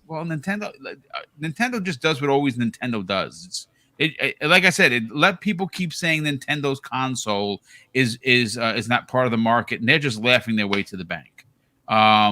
RG Viper X drops a very generous $5 super chat and says, Lina Khan, the devil is not welcomed here. You've got to go.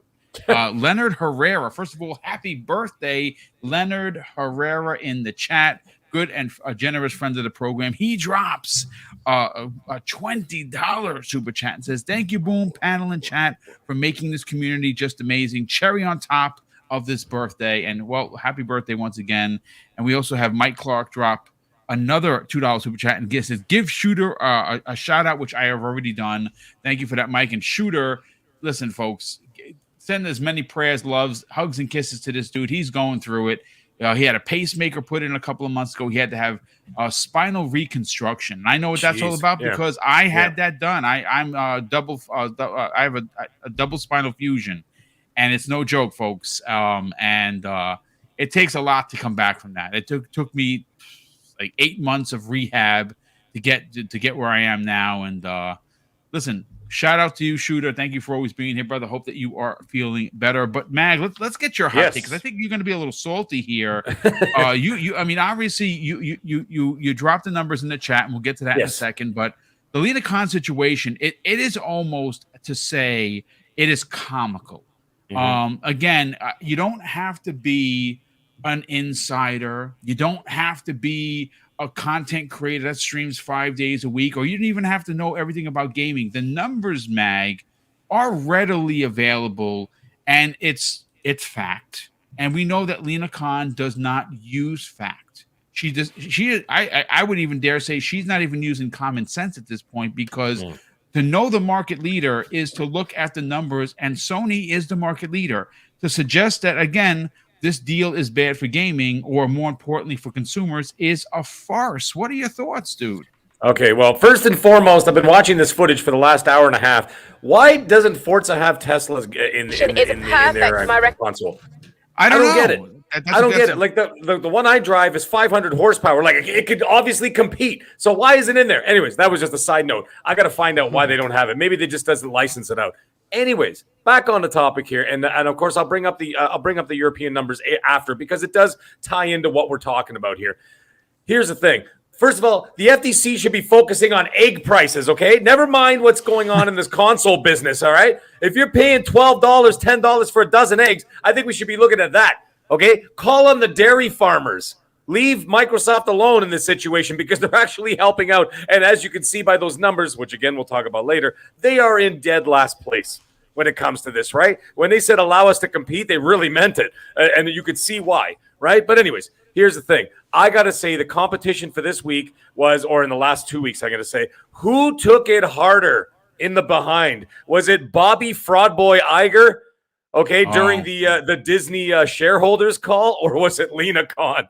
Because man, they both took it in the last 2 weeks. What an absolute! I mean, I sat there and applauded both of them. I thought it was fantastic. Anyways, here's the thing: you got it. You know what? You're gonna get it. The way that she carried herself, to me, was very professional in the words. Very unprofessional in her character, her characteristics, the way she carried herself. So, like I said, word-wise, it sounded like she was it was just rehearsed answers, just like Dutch said, just like Asante said, just like Hargeet said. These were rehearsed answers, and it was the same answer for everything. It's just, like when they review, when they interview somebody from the U.S. government, and they go up on the little podium there with the little, the little eagle and the stars, and then they always say the same thing.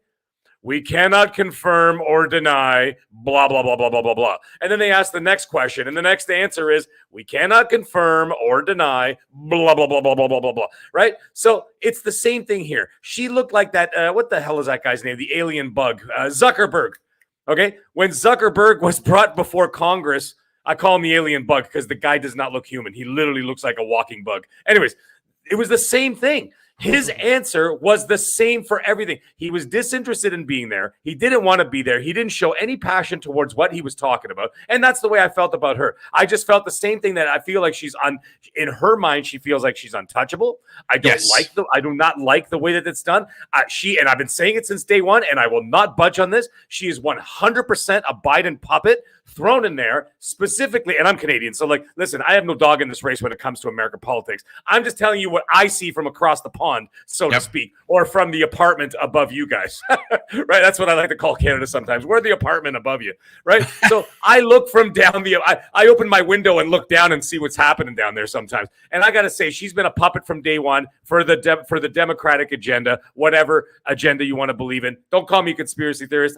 These are just my thoughts. But speaking of which, and this is where it's going to come into the money situation. The way that it sounds like she doesn't actually, like, she may say, I care about X, Y, and Z for different reasons, and this is the reason why I'm doing this. Or I'm part of this FTC because I have these, these thoughts, and this is what I want to do moving forward, and these are my personal goals, and blah, blah, blah, blah. For me, it sounds like this is agenda-driven and ideology. And that's why, as you can see with the other things, and I'm going to bring it up again with Hollywood, I'm only going to bring it up once tonight, okay? It's this psychotic, like, agenda that's been going on. You can call it, like, far left-wing psychopaths. You can call it the SJWs, whatever the hell you want to call them, all right? They're killing Disney. They're killing Star Wars. They're killing Marvel. They're killing Pixar. Okay, look at the plummeting billions that they're losing from the crap that's coming out. And then you got Illumination coming out and blow the doors off with Mario Brothers because it doesn't have any of that agenda-driven crap in it, right? This sounds like the same thing. And what does she ask for? And what did Disney ask for? And what did Marvel ask for? Please, sir, can I have some more? Yeah. Because they run out of money because they're more interested in the message than they are in putting together the product. And the problem is with that is that now you have to answer when there's no money. Yes, I called Iger a fraud. He is a fraud because he's the one who greenlit all that stuff. However, what happens when the shareholders lose money, Boom? They make Iger have to put these people to task, and they're the ones who are going to have to pay for it and eventually say, yo, now you're hurting our bottom line. Yeah. Now I'm going to have to fire you all. Now I have to get rid of you because you know what? Ideology or not, even if I agree with your ideology, I'm sorry you're losing us money. And you know what? Money talks across the planet. It doesn't matter what language you speak, what color you are, where you come from, okay? Or what you do with your life. Money rules it all. And that being the case, don't say love, okay? Money. That's what rules this planet, and that's what makes it, that's what makes it move forward. The point is that when something gets in the way or puts a wedge between you and that money, you best believe it's going to be gone. I don't even think she lasts the year. I don't even think she lasts the Biden administration. Okay, she's not going to make it past it. And the thing is, what she did is that she was hoping that some of these companies, which has happened before, I think only once, where a company seceded, basically, right? And they basically bent the knee and said, all right, fine. You're not going to get a bent knee from Microsoft. They have more money and more clout that could turn out your lights 10 times over. They are not going to bend the knee. They said they were going to fight this to the end. She is fighting a battle she cannot win. She will not win. All she's doing is delaying the inevitable. That's what I see there. Now, another thing I was going to say, by the way, shout out to Asante that now I cannot think anybody that works for her is going to call her Chairman Khan anymore. They're going to call her homie because as soon as I'm sorry, as soon as he said that one time, I'm like, that's it. She's a zoomer. I mean, she's a zoomer. I love it. It'll be like, Johnson, do you have those reports? Oh, sorry, homie. I'm about 10 minutes behind. I can't anymore. Anyways, I love it. The thing is, anyway, there was another thing that I found very interesting with everybody leaving, and of course, all the questions that came up. I watched all those those videos too. A shout out to Everborn for putting it in such a cohesive fashion that it was much easier for me to digest in small amounts while I was working. Right. So, anyways, the thing is that's happening with my corporation, which is an American corporation as well, and they're starting to do this new thing, and it was brought to my attention a few weeks ago, and it's called a leaving interview. And allow me to tell you what that is. A leaving interview is what happens is that when someone quits, the corporation, or at least the top brass, myself included. Over here, it's called an exit interview. Is okay, all right. So the same concept. So what? Yeah, exactly. So they're asking you why, right? They want to know why. So if it's like, well, because of this person, this is clearly what happened here because they have cited many times over that it was because of her that they were going to leave, and that's fine. That's fine. And but that's a very interesting thing because you can't ignore that. Then why have, what do they call it, Boom? On you guys, an exit interview? Exit interview. Okay, Yeah. so why have it if you're not going to act on it? If you had 20 people and two Republican representatives leave, all citing the same thing, how can you ignore that? That is my question. You can't. What the hell is the point of having an exit interview if you're not going to act on it? That's what doesn't make any sense to me. So that's why I think that's going to be a thing. Now, I want to talk very quickly about the last thing I was going to say is about the numbers that I brought up earlier tonight, and that I sent to the group chat to us about these numbers from Benji Sales and Piscatella there. And I wanted to bring that up, especially in regards to the FTC.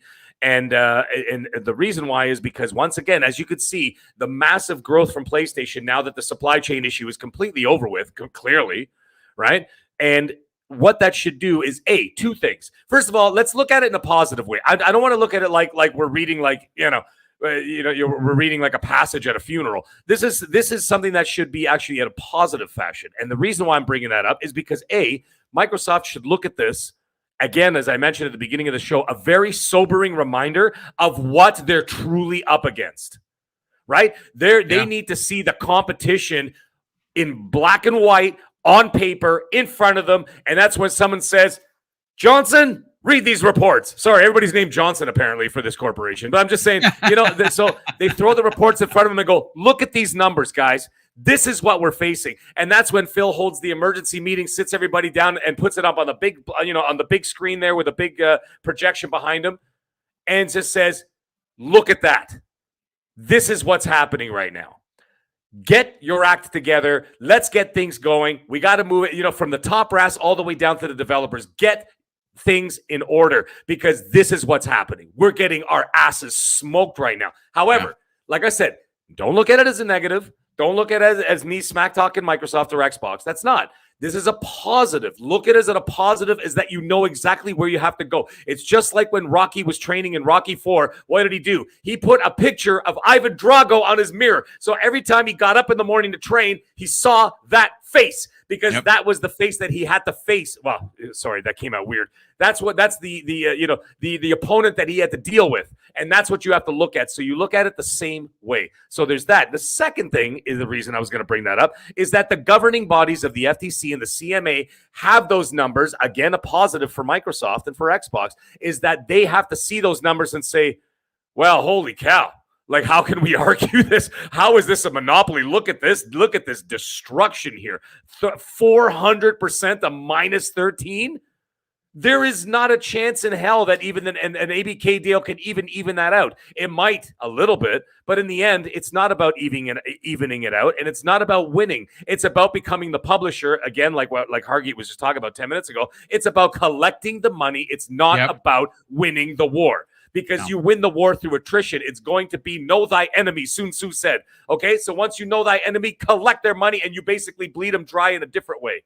Okay, so you don't attack them head on, you become the bank. So now they pay you. They pay you every single month, and that's what Microsoft has always been about. They don't work with the bank, they become the bank. And so that's what I see going forward with this. So those are the things that I see with all of this. I mean, again, it's just a matter of time that this is all going to get sorted out. But like I said, those numbers, that's very good for the whole argument if they decide to take it any further, which I don't believe they will.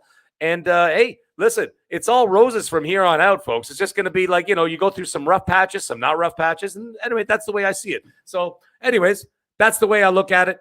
I think it's a good thing. And I think it's a positive thing. And those numbers, like I said, those numbers again, let's think positive. Don't think negative. These are good things because those are things that when you're down, the only place that you can move is up. So that's what that's true. And yes, sir. Oh, yes, I'm sorry. I quickly wanted to just bucket your statement, which I completely agree with some interesting numbers of my own. So as of 2023. It has been, and it's always theoretical, but it has been, for those who calculate the numbers, it has been calculated that PlayStation has 112 million monthly active users. Okay. Xbox, with their abysmal console market, 120 million active users. That's great. That's good. Right? So even with less hardware, they have more people playing on their system. Oh, isn't that what their goal was to begin with? It was all about engagement. Exactly. It's about engagement, not about the consoles. It's not about the it's not about the plastic. It's about how many people are tuning in, A, and B, paying that monthly active fee, right? Yep. Whether they're paying Xbox Live, whether they're paying Game Pass Ultimate or Game Pass Premium or Game Pass Regular, they're getting your money. So at the end of the day, it doesn't really matter how they do it. And then listen, ABK is not about, and I'll say this last before I bounce out. But listen, ABK is not about Diablo. It's not about Call of Duty. It ain't about everything. We all know it's all about King. Because the next acquisition is going to be Sega, and then they're going to own. What is it, guys? They're going to own Candy Crush, and they're going to own Angry Birds. Okay. And they're just going to laugh all the way to the bank. It's all it is. I just pray for me as a gamer and a consumer. I pray that all of that mobile money translates into AAA dynamite experiences for my hands. 100%. Yes. That's what I'm looking for. At this point, I pray that one of those developers can make a good like Halo mobile game, because we know that the AAA studios ain't making anything good anytime soon. Yikes! So give me a Halo mobile game campaign, because I mean, I've it lost can't be any hope. worse than the Doom one they just released. Jesus Christ! Did you guys see that?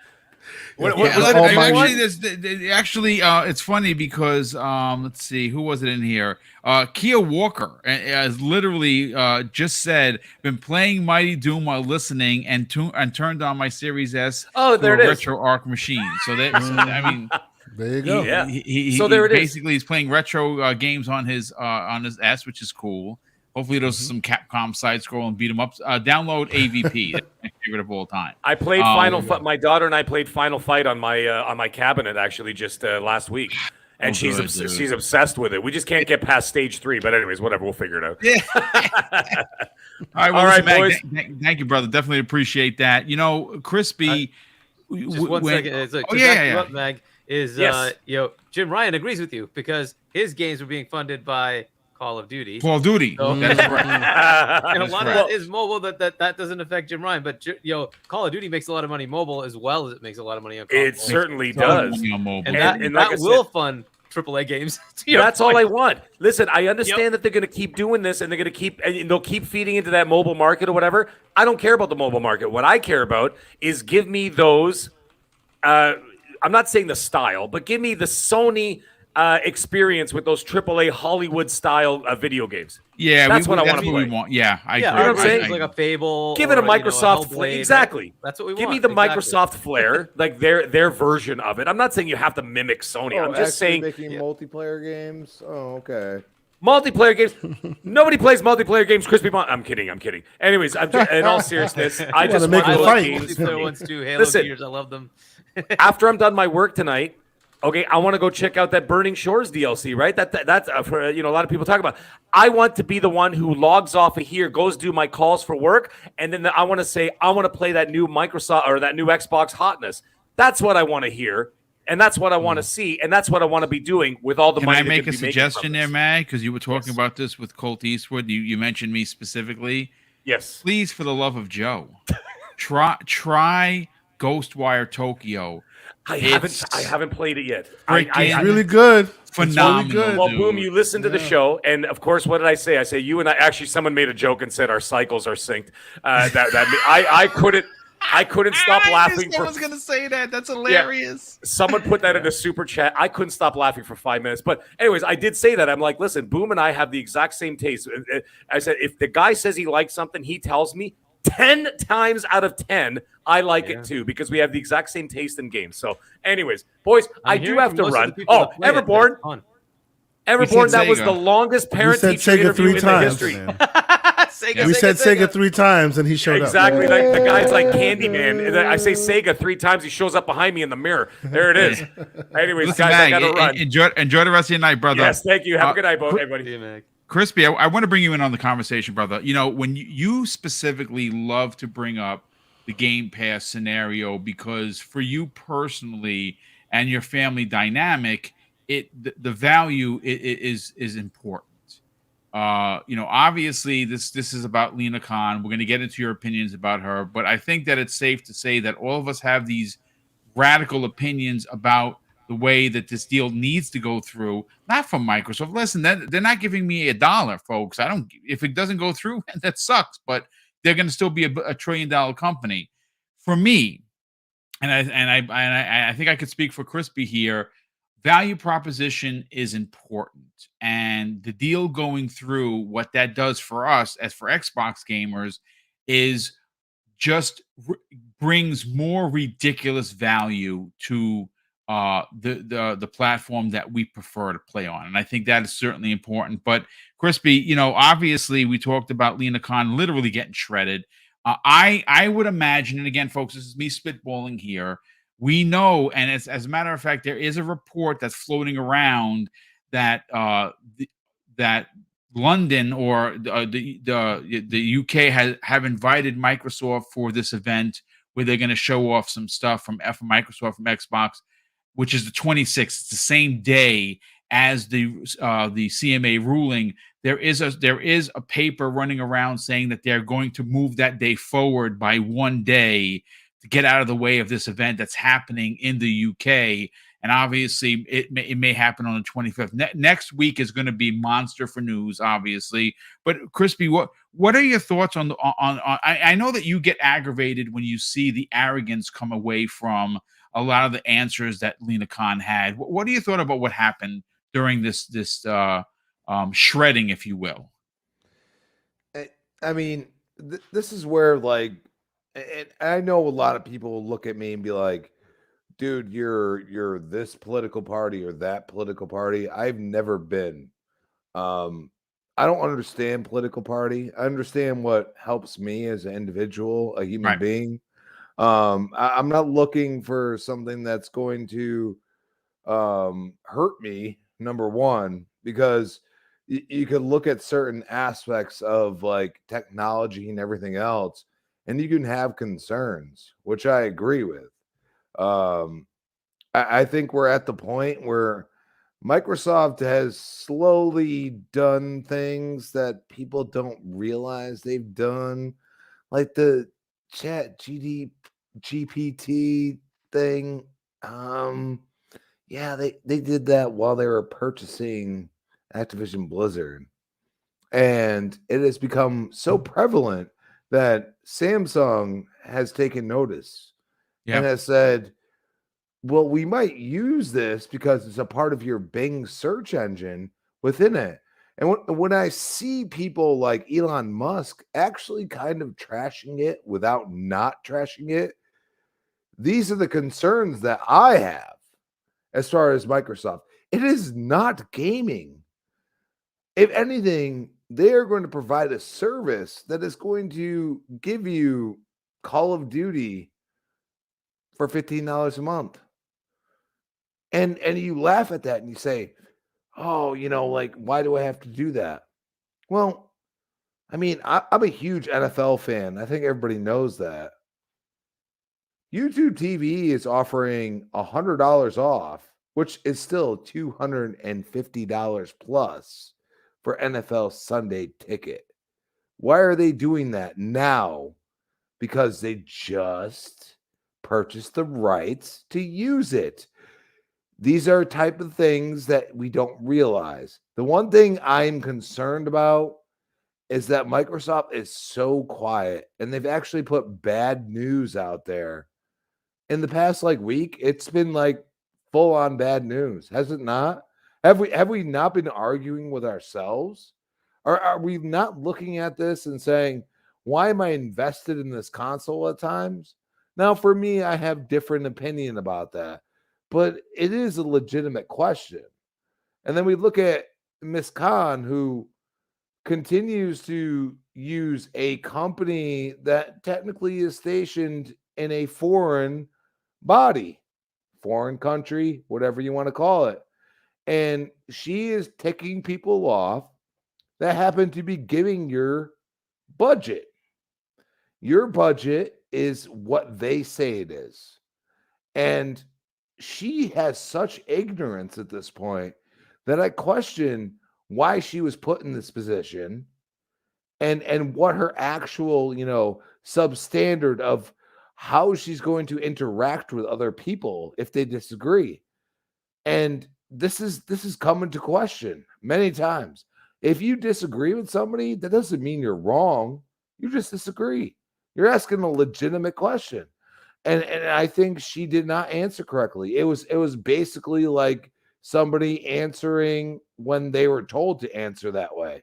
And I don't like that. As a human being, I think that's illogical.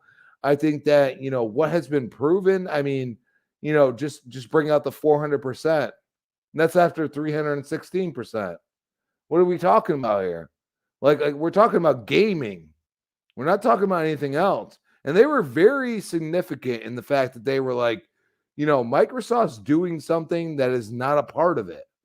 It's not a part of what they do. They're doing something different. And you know what? A lot of people that use Microsoft products like 365, like Windows, like Bing, they don't really have a problem with it. And you know what's one thing Microsoft has never done? Screw over the American public. In literal the way money goes, they have never screwed. Have they done some messed up things? Sure. But they have never put the American public in jeopardy. And the one thing I'll go about is say, go look up the US government bought a cyber defense contract with a different company, and then they eventually switched back to Microsoft. Do you know why? Because like our entire internet was shut down for like 2 hours. And a lot of people don't remember that, but it happened. And the one thing I'll say about Microsoft, they do care about, our country. They do, but they also want to care about everybody else. And I think that's lost because, people hate Bill Gates or whatever. Bill's far and gone from this company. It is a totally different company now.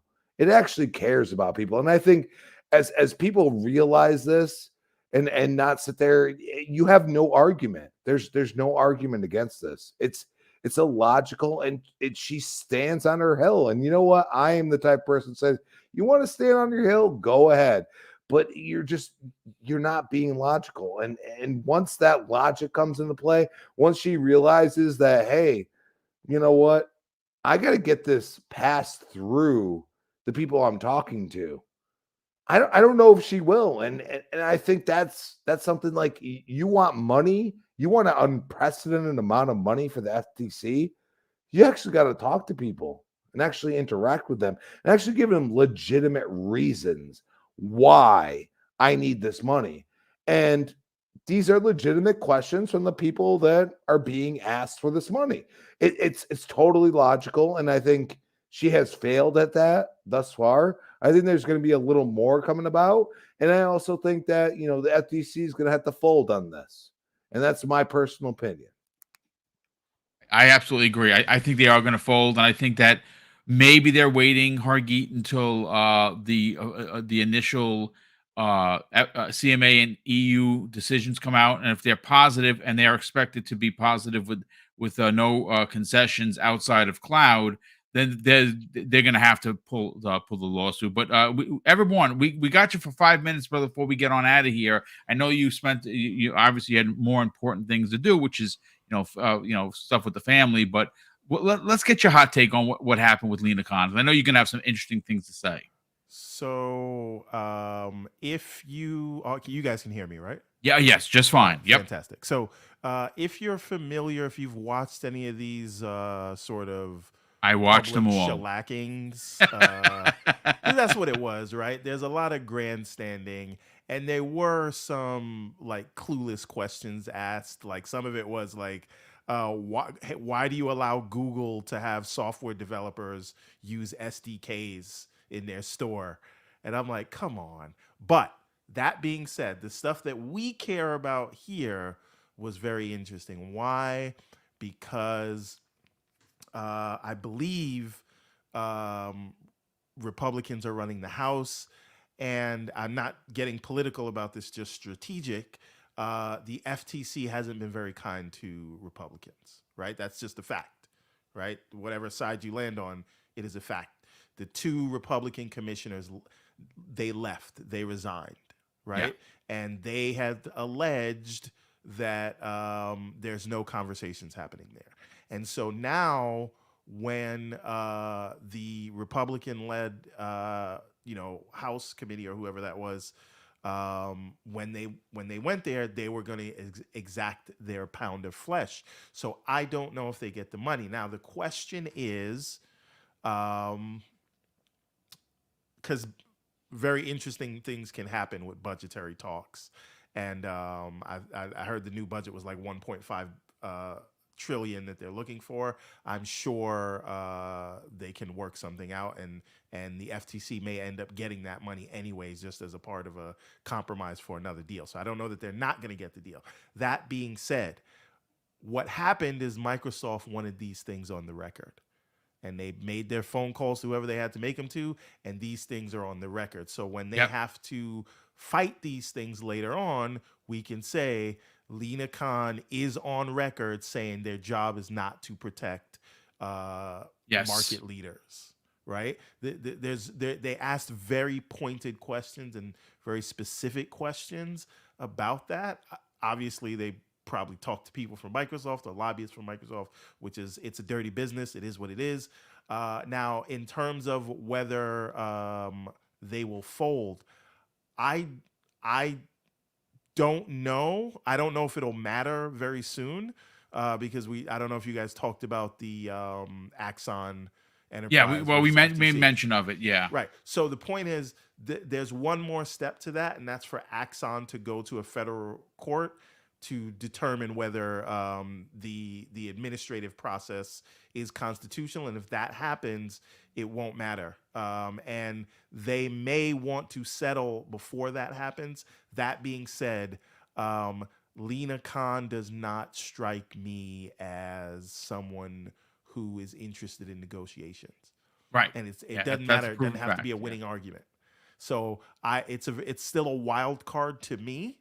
I don't think ultimately they would win, but that doesn't mean they won't try to drag out the process and use every tool that is available to them until they're dragged kicking and screaming away from this thing. So we'll see what they do. I hope that her words about we listen because we're supposed to, but we make our own decisions, I hope that is true when Microsoft finally submits their package. And Microsoft will absolutely be making an offer probably next week, because guess what? The CMA is deciding next week. And then, and in 2-3 weeks after that, it is then the EU Commission. Yeah.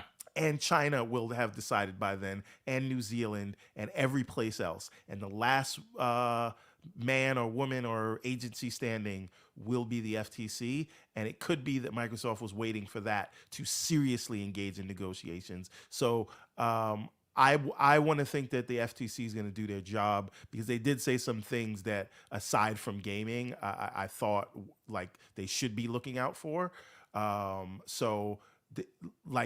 Let's hope they're reasonable people. And when Microsoft goes to them to seriously negotiate, that they come to their senses. I like Florian Mueller, believe that they will come to their senses and be reasonable.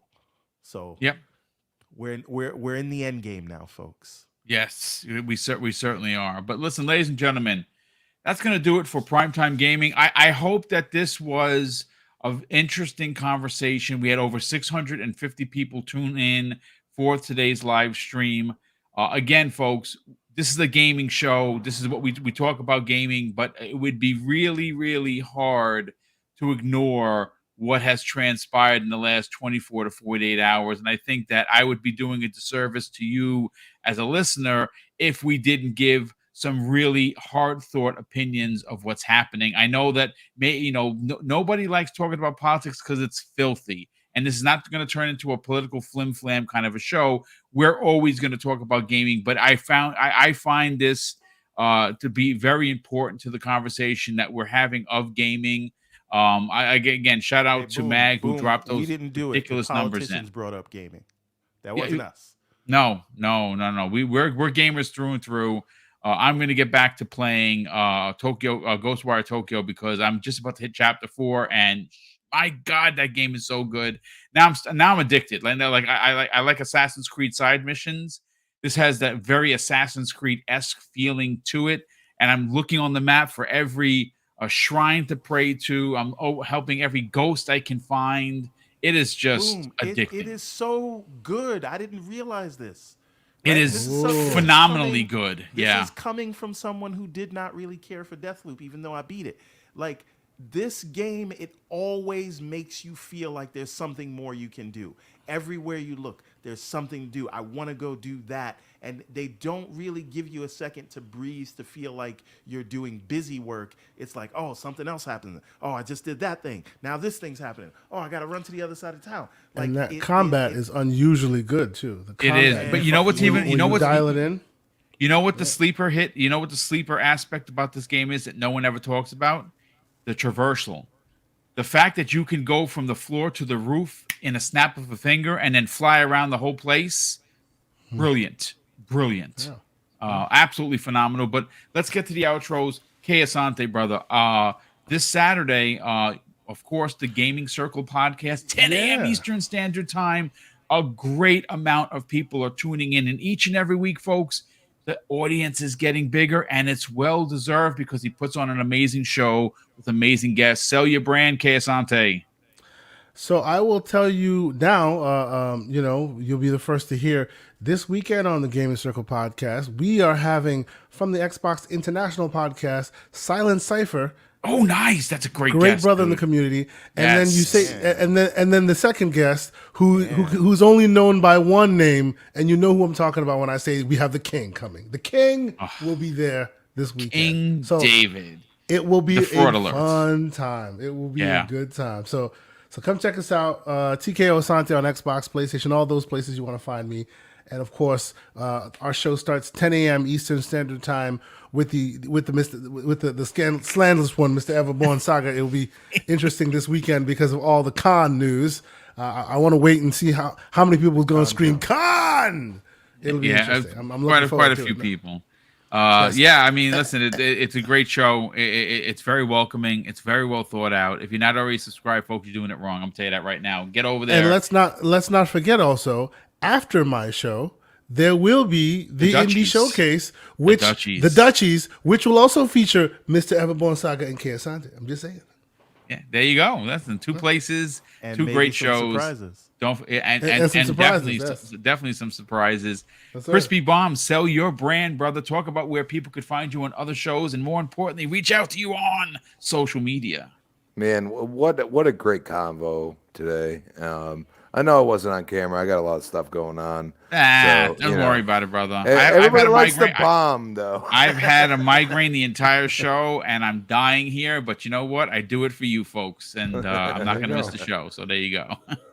I love you for it because, I mean, we really did have a good conversation. It's at Crispy Bomb on Twitter, Crispy Bomb 28 Xbox Live. You can find me tomorrow night, 8 p.m. on the next podcast. Generally, when I feel like it, I'll be on Tuesday, Retro Renegades. And of course, I'll always be back here on camera or not on Primetime Gaming, 7 p.m. Wednesday. We'll see you then. Thank you, brother. We love having you a part of the show, and we definitely, appreciate the hot takes and the big opinions. They're always thought provoking, and we definitely love you for that. Hargi Chani, listen, I don't know whether you saw that tweet from Gaz today, which I'm sure you did, but he took Microsoft's marketing and literally ran it under a 4x4 and then hit the treads and then dropped it into neutral and sat on top of it. I mean, he was, salty as he could be, but please, by all means, sell the brand of Game On Daily. Of course, that is a weekly show. It stars Gaz, who is obviously known as the Source Master himself, and the Felix Unger, if you will, of the podcast. The reserved one is Asa, who of course we all know and love, Mr. VR himself. Talk about it, brother. Sell it. Yeah. GameOnDaily.com and YouTube.com/GameOnDaily. Gaz had put up about like 5 or 6 days ago. He put up a video on I think it was Colin's take with that with was Hogue. pretty damn pretty good. Cool. Check it out. Rick is always on point. He's great. Hogue is awesome. But Colin did have some interesting takes, and Gaz kind of went after him. So but yeah, check it out. And Asa isn't exactly innocent. He can snipe, but he just does it from he's silent. He's you know good. what he is? He's like Michael Myers. He stands there, watches you, and the last minute he stabs you with the butcher knife. That's Asa for you. He is so good. But anyways, and then also check me out, of course, on RDX Tuesdays 8 p.m. Eastern, and right here on Primetime Gaming 7 p.m. Eastern on Wednesdays. Put your background. I saw that, brother. That's very cool of you. Thank you. That's really cool. Yeah. I love it. And I'm not on the socials, but H Chani is my gamer tag if you want to check me out on Xbox. Yeah, well, listen, it's great to have you a part of the show each and every week, and obviously you bring a tremendous amount of really great knowledge and big opinions, and folks, you can't beat the smile. The smile is worth $1 million, so thank you so much for that, Hargeet Chani. Last and no way least is Everborn Saga. He was able to get in here. We said Sega 3 times. He warped into the podcast, and I know early in the week too. Yeah, well, you missed the part where we all kind of agreed that Sega buying Rovio is really just the beginning of Microsoft buying Sega, who now owns Rovio, who's trying to get into mobile. But, listen, talk about it. Sell your brand. Talk about the Everborn Saga. Well, listen, man, we are going to have a something very big to talk about in the coming days. That is all I can say. But in the meantime, if you want to be prepared for that, please go to everbornsaga.com. Check it out. There's a lot of things happening right now. And I know a lot of people are waiting for Ariel's Adventure Chapter 2. That is coming very, very soon. But we have something else very big that you will see very soon. So just go to everbornsaga.com. The sale is still going on while supplies last. Check it out. They're amazing books. You know the drill. We've done this before. everbornsaga.com and Ariel's Adventure Chapter 2 coming soon, and also something else, top secret. Nice. Definitely looking forward to that. Real quick, we had two. We had two super chats come in. One from Tahan, drops a very generous, $10 super chat. Thank you for that. He says Congress cannot remove FTC chair. Also, you need two out of three in the Senate to remove a president. Well, thank you for that information, brother. They can take anybody who's appointed. They can impeach anybody who's appointed in any level. Even a Supreme Court judge, they can actually impeach anybody who's appointed. Wow. You learn something every day, folks. I did not know that. And Dreadful Sean, who's been a channel member for 2 months, dropped a very generous $5 super chat and says, with the MAUs, a good portion of Xboxes are people playing Xbox games, Minecraft on PlayStation, and it will skyrocket once ABK goes through with Call of Duty. Yeah, dude, it's once they have look, folks, Sony is ruling the roost. They have a great console. I happen to really like their control. I know there's a big hubbub about there was a new poll that no one really cared. I care. I actually quite enjoy it. There's a reason why Microsoft pulled back on releasing that little box that you can plug into your TV. It wasn't because it wasn't ready, folks. It was because they are preparing to drop that thing for the most cheapest price possible. There is something to be said about being able to splash Call of Duty on your hardware, and it's not on Sony's anymore. It is going to make a big difference when you see that little set-top box that's the size of a deck of cards with a controller for $79 at Walmart with Call of Duty on it after next year. It is going to fly off the shelves. That's going to count as a console sale or a sale for Xbox. It is going to be a bloodbath. Sony's winning now because Sony has marketing, and they did it right. They marketed all of the big games. This is why I get angry at Xbox. They don't, they need Zeitgeist IP, even if they don't own it, to market it, to be a part of the conversation. Sony knows what they're doing. That's why they're marketed with Star Wars and Marvel and Harry Potter. There is something to be said about Zeitgeist IP. Sony gets it. Now, I don't know why Microsoft doesn't, but again, a topic for another day. I do want to thank all the super chats that came in. Thank you so much for supporting the channel, both in the super chats and, of course, in the channel memberships. And I want to say, don't forget tomorrow, 12 p.m. ET. I'm sitting down with Skullsy TV. We got permission from the company he is currently working with to talk about the new AAA IP from former developers that worked with Bethesda. He has been given permission to talk about a lot of in-depth stuff. We're going to be talking about that tomorrow. Again, that's the X-Vlog Live, 12 p.m. Eastern Standard Time. And we got some new information that inXile might be bringing back Shadowrun or might actually be working on a new Fallout. And according to ACG, his money is on the latter. So we will definitely get into whether or not Shadowrun makes a comeback, because that's going to be a big deal if it's done, especially if it's done by inXile. So tune in tomorrow. And of course, folks, I'm going to close out the show with something that is important to me. Hopefully one day it'll be important to you. And that's something that my dad taught us when we were kids. And he would say, Craig, treat others how you want to be treated. And it doesn't cost anything to be nice. You live by those rules, Craig, I can guarantee you're going to have an awesome day. So take care, everyone. And we'll see you next week on the newest episode of Primetime Gaming with Mr. Boomstick and Friends.